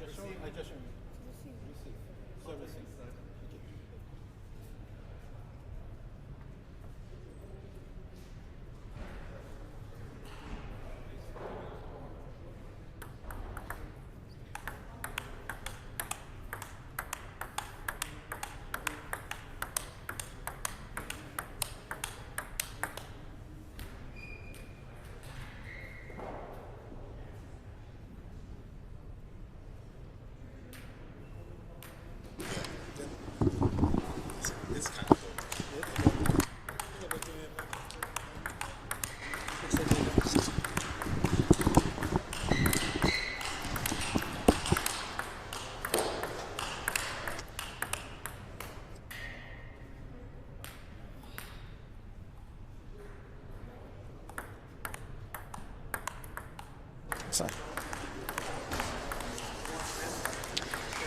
If you just joined us, you're watching the grand final of the Table Tennis North American Tour for 2014.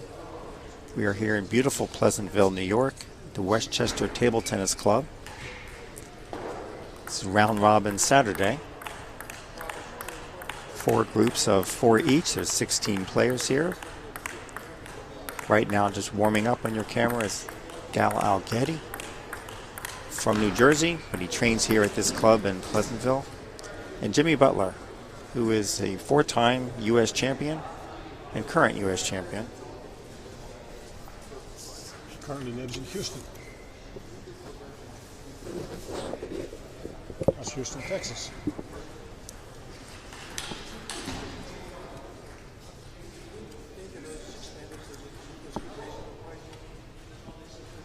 Here we go.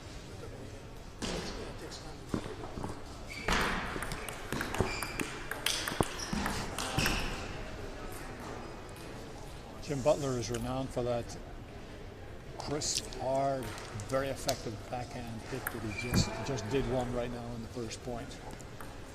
You'll see a lot of that shot in this game.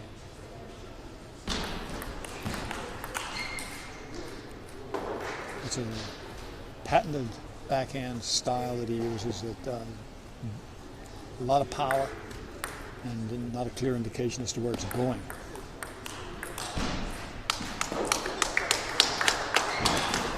Jimmy credits a lot of his success to growing up with an older brother, Scott Butler.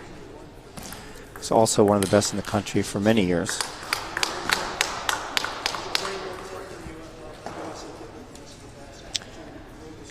Jimmy born in Iowa City, Iowa. Gal from San Diego.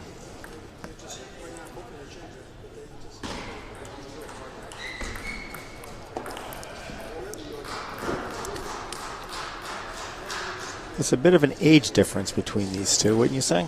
Yeah, big difference in age, although rating-wise they are very close. Both rated in the lower 2500s.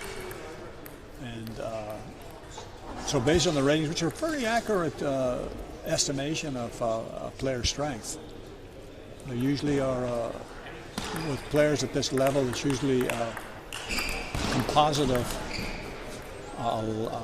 many games. So the ratings do tend to be pretty clear determinant of their actual strength. So this game, on paper, should be a toss-up. Gal's USATT rating at 25.03 and Jimmy Butler's at 25.34. Age difference, Jimmy Butler is 43 and Gal is 13, the youngest player at this tournament. Well, I'm not sure. There's Crystal may just. Crystal Wang, I think you're right, is 12 years old. She's only. I think her birthday is coming right up within a week or so. So they're close to the same age. They are. Well, Gal is the youngest man at this tournament. Yeah, there you go.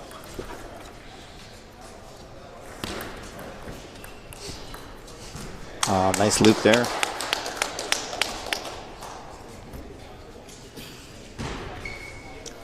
There are a few players of Jim Butler's vintage that are still at this level of competitiveness in this sport. It's pretty well dominated by youth.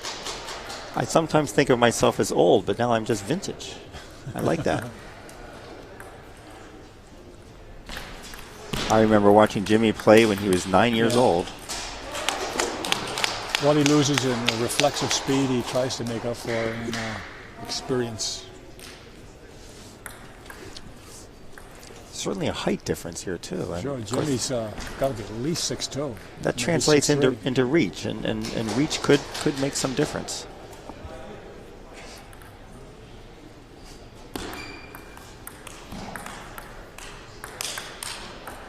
Oh, that was an unfortunate result there for Jim, but good turnout for Gal. Gal's now got, looks like this game wrapped up right here. tried to finish it very quickly. Didn't work. There's that backhand. Jimmy's coming back. A long way to go, but he's closed it up a little bit. Yeah.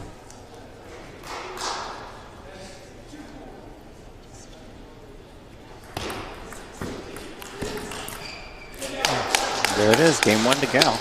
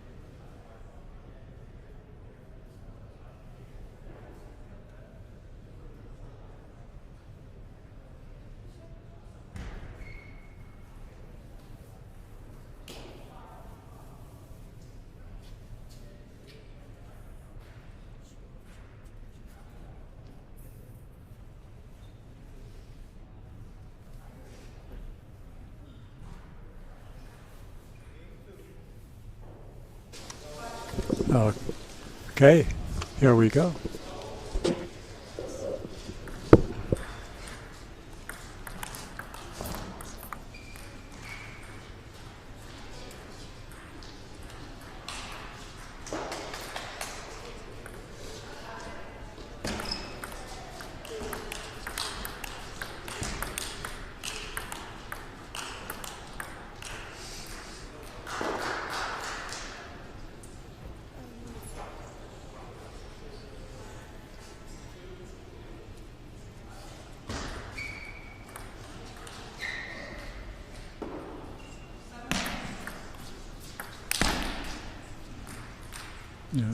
Clever serve by Dan, or Jimmy, I should say, and resulted in the setup. Let's serve.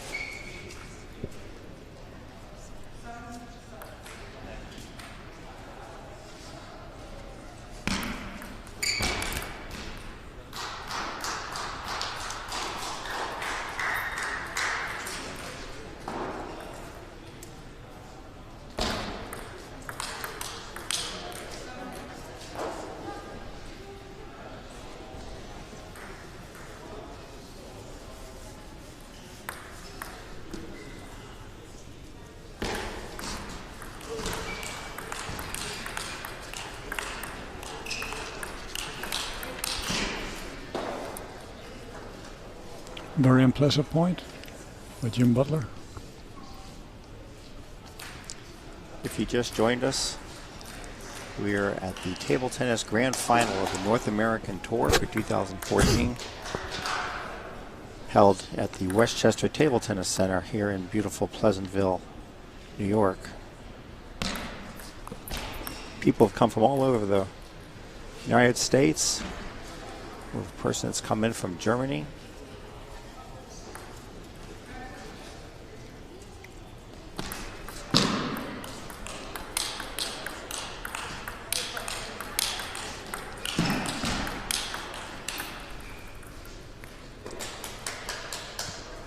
This club is owned by Will Shorts and has been here for 4 years in this location.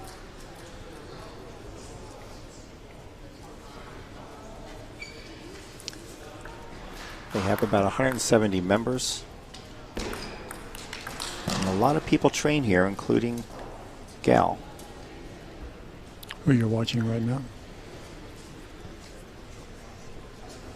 He and his brothers train here.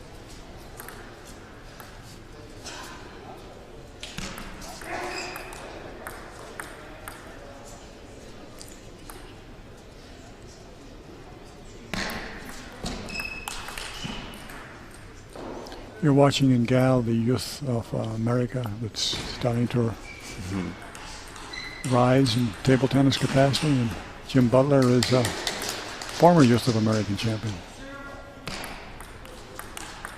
Wonder if he sees himself in Gal some and across the table. I used to be 13 years old.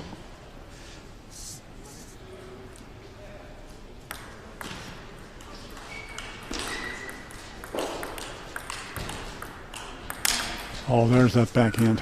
Brilliant shot.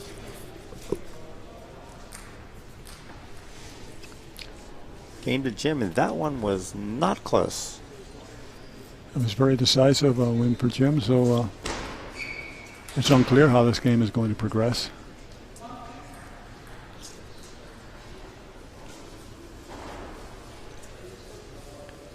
Let me tell you more about this club. This is just a beautiful facility. This is rated a 5-star tournament by the USA Table Tennis Association. To be 5-star, you have to have very high ceilings, lighting that doesn't reflect much glare. And the entry, the prize money has to be over a certain platform. Right. I'm not sure what exactly the platform is. For this tournament, the winner will get $3,500. Second place, $1,750. Third and fourth, half of that at $850 each. Fifth through eighth will go home with $400, and ninth through 16th place will go home with $200. So everybody goes home with something. Everyone gets a medal, but there is a very big trophy, which I'm sure they'll show on camera tomorrow. The winner gets to take. Another nice feature, too, of this from an economic standpoint is the players' expenses were all paid to come in for this tournament. So this is the reward for having prevailed as it being the top 16 players in a year-long participation, having earned enough points in the scoring system based on their record. Players had to play in at least 2 tournaments, Bill, on the tour to qualify for the final. And at the end of the year, the top 16 get to be here. Here we are, the start of Game 3. Based on the rating system they used, the number 1 seed in this tournament turns out to be our own Kai Zhang, who's a top-rated player in this club. And just happens to be the coach of Gal Aguirre there. Yes, that we're just watching right now. And his 2 older brothers. They train here often. I watch them. They are a very serious family of table tennis players. Their father plays as well.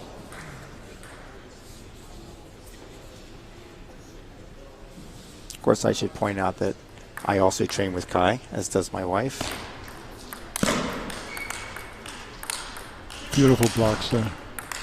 That is some point. Wow. Really high-powered exchange there.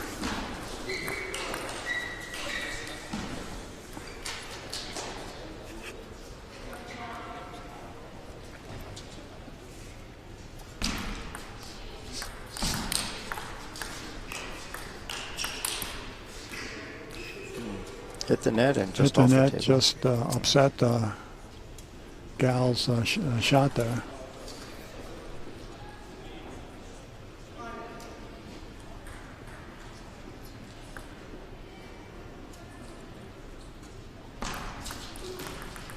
So Jimmy took a lot of time with that serve, and it worked exactly, I think, the way he wanted it. Very low, and was problematic for Gal to address on the other side. A lot of backspin on it.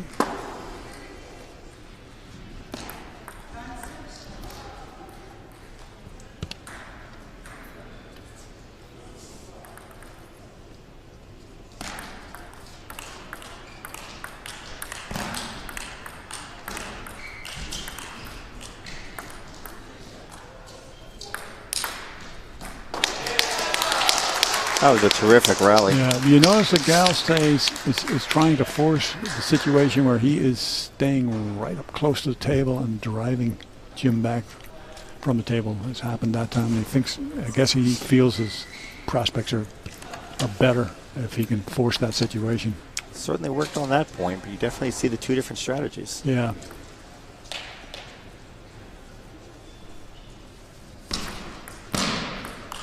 But he lifted that, and Jim wasn't going to let that one get away. That behind gal caught him going the wrong direction.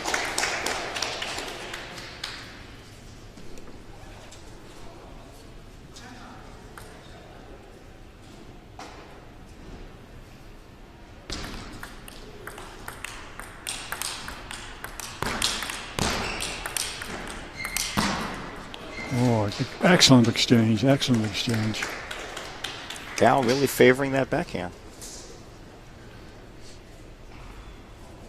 The pace of the exchange varied dramatically during the point. Sounded like a ball cracked out there. You mentioned earlier these new plastic balls that are required for these tournaments tend to break very easily. Yeah. Umpires have several extras. Until the last year, the balls were made of celluloid, and then there was a push on to switch to plastic, which was believed to be more environmentally acceptable. And less flammable, because these balls are shipped all over the country. Yeah, it's safer because celluloid is almost explosive and it catches fire. Although I have never seen a I've never seen one either in all the years I've played, even though they keep saying it's a dangerous ball. However, top players can hit this ball at 100 miles an hour. Yeah. And if that can't set a ball on fire, I don't know if it ever will. But it is a very fast sport.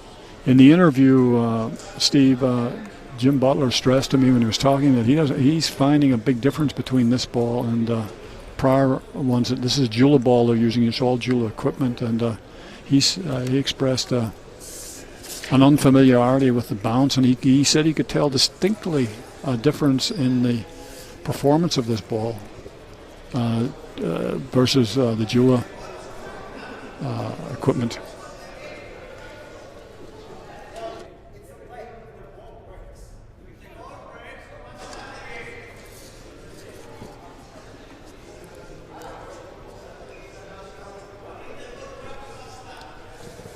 Arguing. We have a little dispute going on here. I'm not quite sure what's at the root of it. It's all off camera, so you guys cannot see it, but the chief referee, chief umpire, has come over and is now helping. The tournament referee is Roman Tennyson. He's an international level referee, and looks like it's settled now. Is the tournament director here? Oh, not settled. We'll see what happens. This was during the stoppage of just switching balls.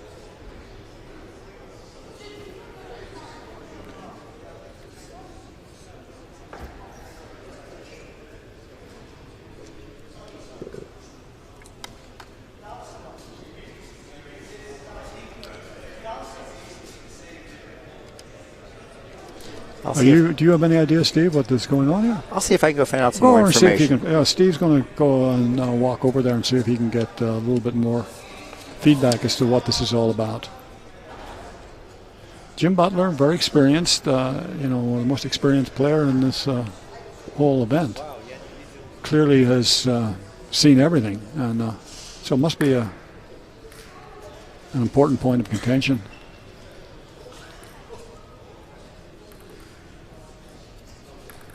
They're ready to go again.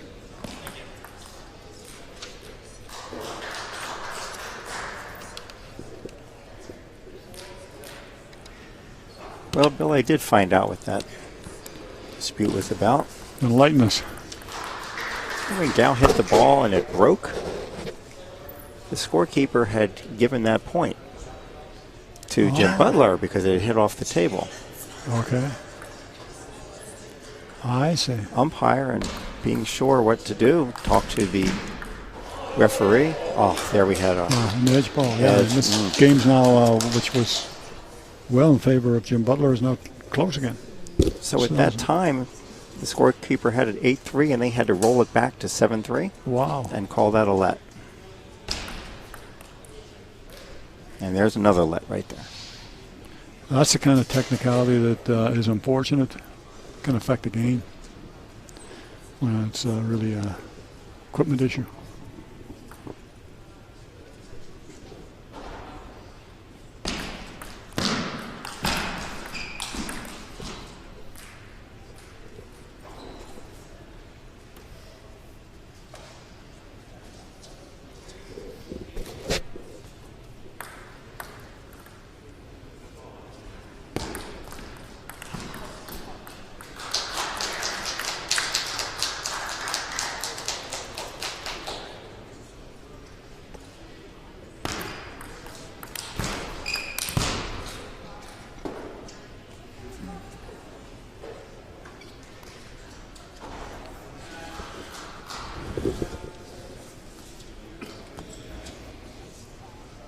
As we expected, this has turned into being a very closely contested game.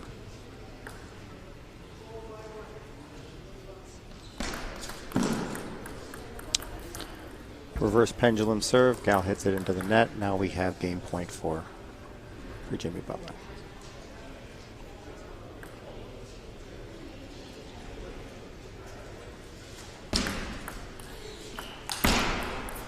Unusual to see Gal Champa return, and it was very effective. He's been having a little bit of trouble with Jimmy's serves. Jim's been serving a variety and with considerable effect.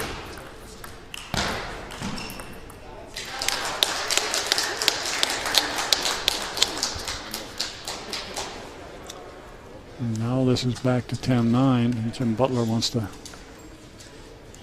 have a timeout here. This will be a 60-second timeout.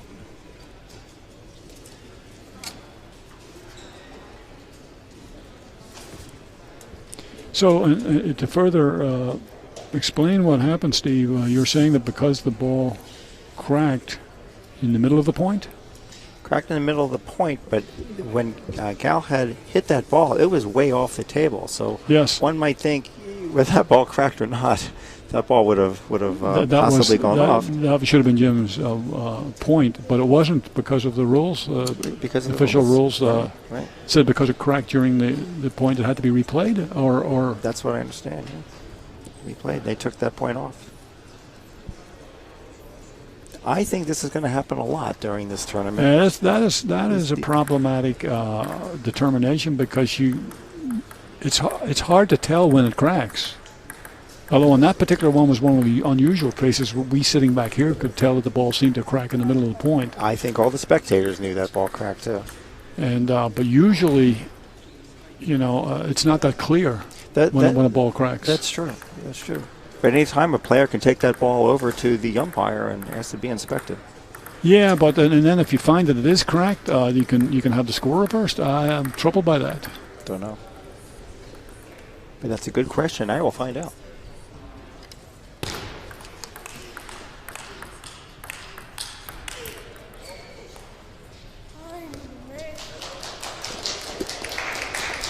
Okay.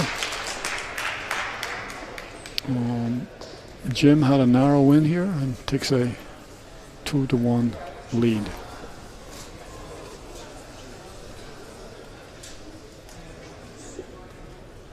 We will pause for a moment.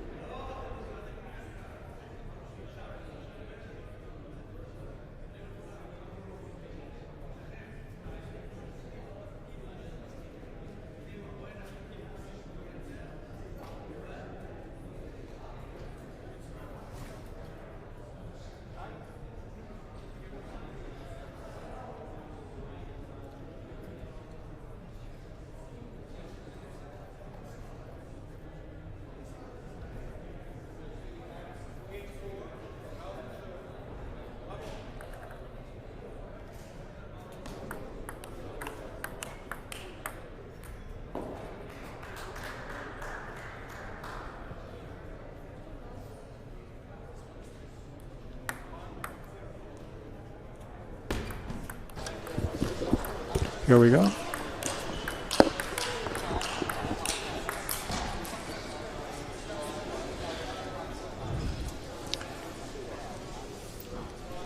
We have a bit more explanation on what happened during that last game when it was 7-3. I'll look forward to hearing that when we get a break here. Nice hit. Wow. Ah, terrific.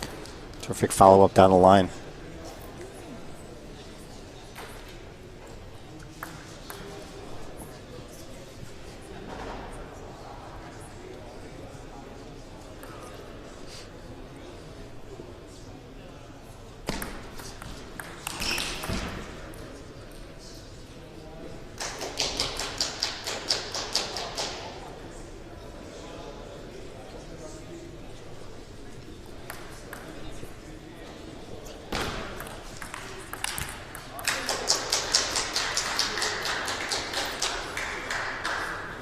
That was a deep serve by Gal. Let's see what he does here.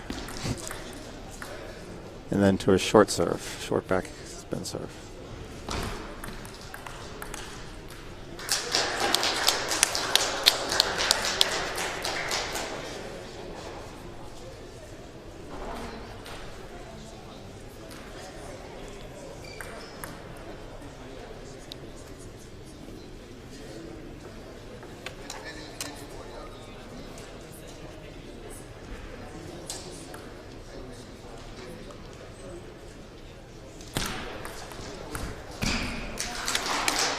Jim did a difficult serve, and the Gal seemed to have set it up, but it was deep enough that it troubled Jim's effort to smash it.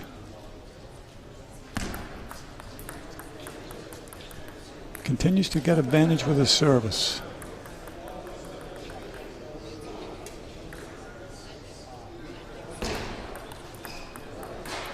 And Gal did a nice service there.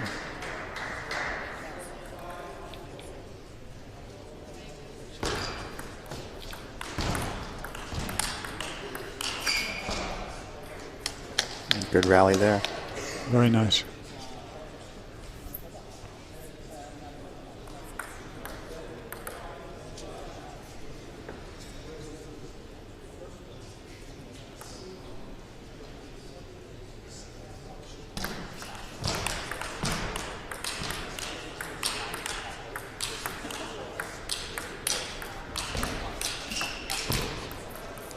That's a big, big point. Now the pressure really switches to Gal here. We'll see how he reacts to it, because he must win this game to keep the thing alive, and see how he deals with his difficulty with Jim's service on this play.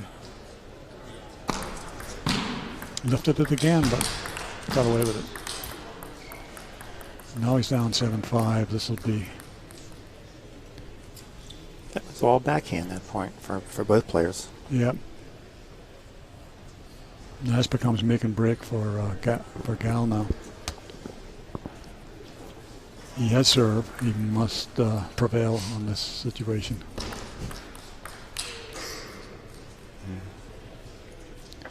And his father is calling for a timeout. He realizes it's doomsday if he doesn't get the next point, probably.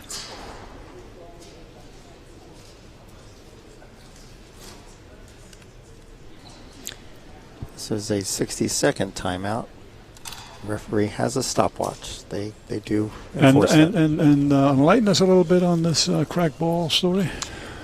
So on that hit, for those of you that saw it, Gal hit it off the table, but the ball cracked, I think, right when it hit his paddle in midair. Now, it didn't split in half, so we heard the sound. The players heard the sound. They stopped play. But because it went far off the table, the scorekeeper thought that was certainly a point. So it was the point would have been in whose favor? Remind us as to who would have won that point if the ball had not cracked. Then Jimmy Butler would have won. It would have been point. Jimmy Butler's point, but because the ball cracked, what was the So then it's decision? ruled as a let. So they had to replay the point again? And they replay it. And Jim did not win that point. So that, or he was contesting before that happened? Right, Jim did not win that point. Jim was not contesting. Wow. We should point Well, out that if the ball backhand is unbelievable with Jim Butler's. When he gets it in, it's an incredible shot.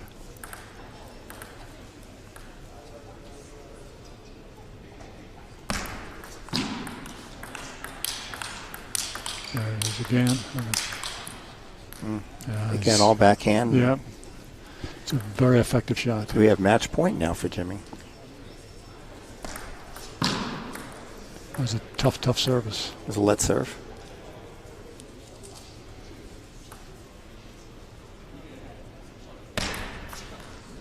Another very difficult service. And there it is. Now pushed it off for Now, game, set, match. if So the finish ball, your point? If the ball cracks after it hits the floor, then the point stands as is. Oh, I see. But it cracked in midair. Okay. Now, if players are in the middle of a point is won, and then the person who loses that point says, "Oh, wait a second, the ball was cracked." It's too late. Then it becomes a Oh, point. really? So I can't come up later and use that as an excuse that I think this ball's cracked and say we need to play this point again. That won't work. That won't work, Bill. But not everyone at this club knows that, so you might want to try that. I might get away with it a couple of times. Right. That's very interesting because that was never. I never remember that ever being an issue with celluloid balls. No, they. Do you ever crack- recall an incident with celluloid balls where the cracking of the ball became No, I haven't. an issue like we had here? I've stepped on celluloid balls that haven't broken. But And they these haven't plastic broken. balls, if you look at them funny sometimes, they tend to crack. But I do understand that when they first came out and started being used more in more clubs, they cracked a lot, and they're getting better. Manufacturing is getting better. Balls right now are made in Germany, China, and Japan. The balls we're using here are the Eula balls that are made in Germany. Yes. Yes, and they.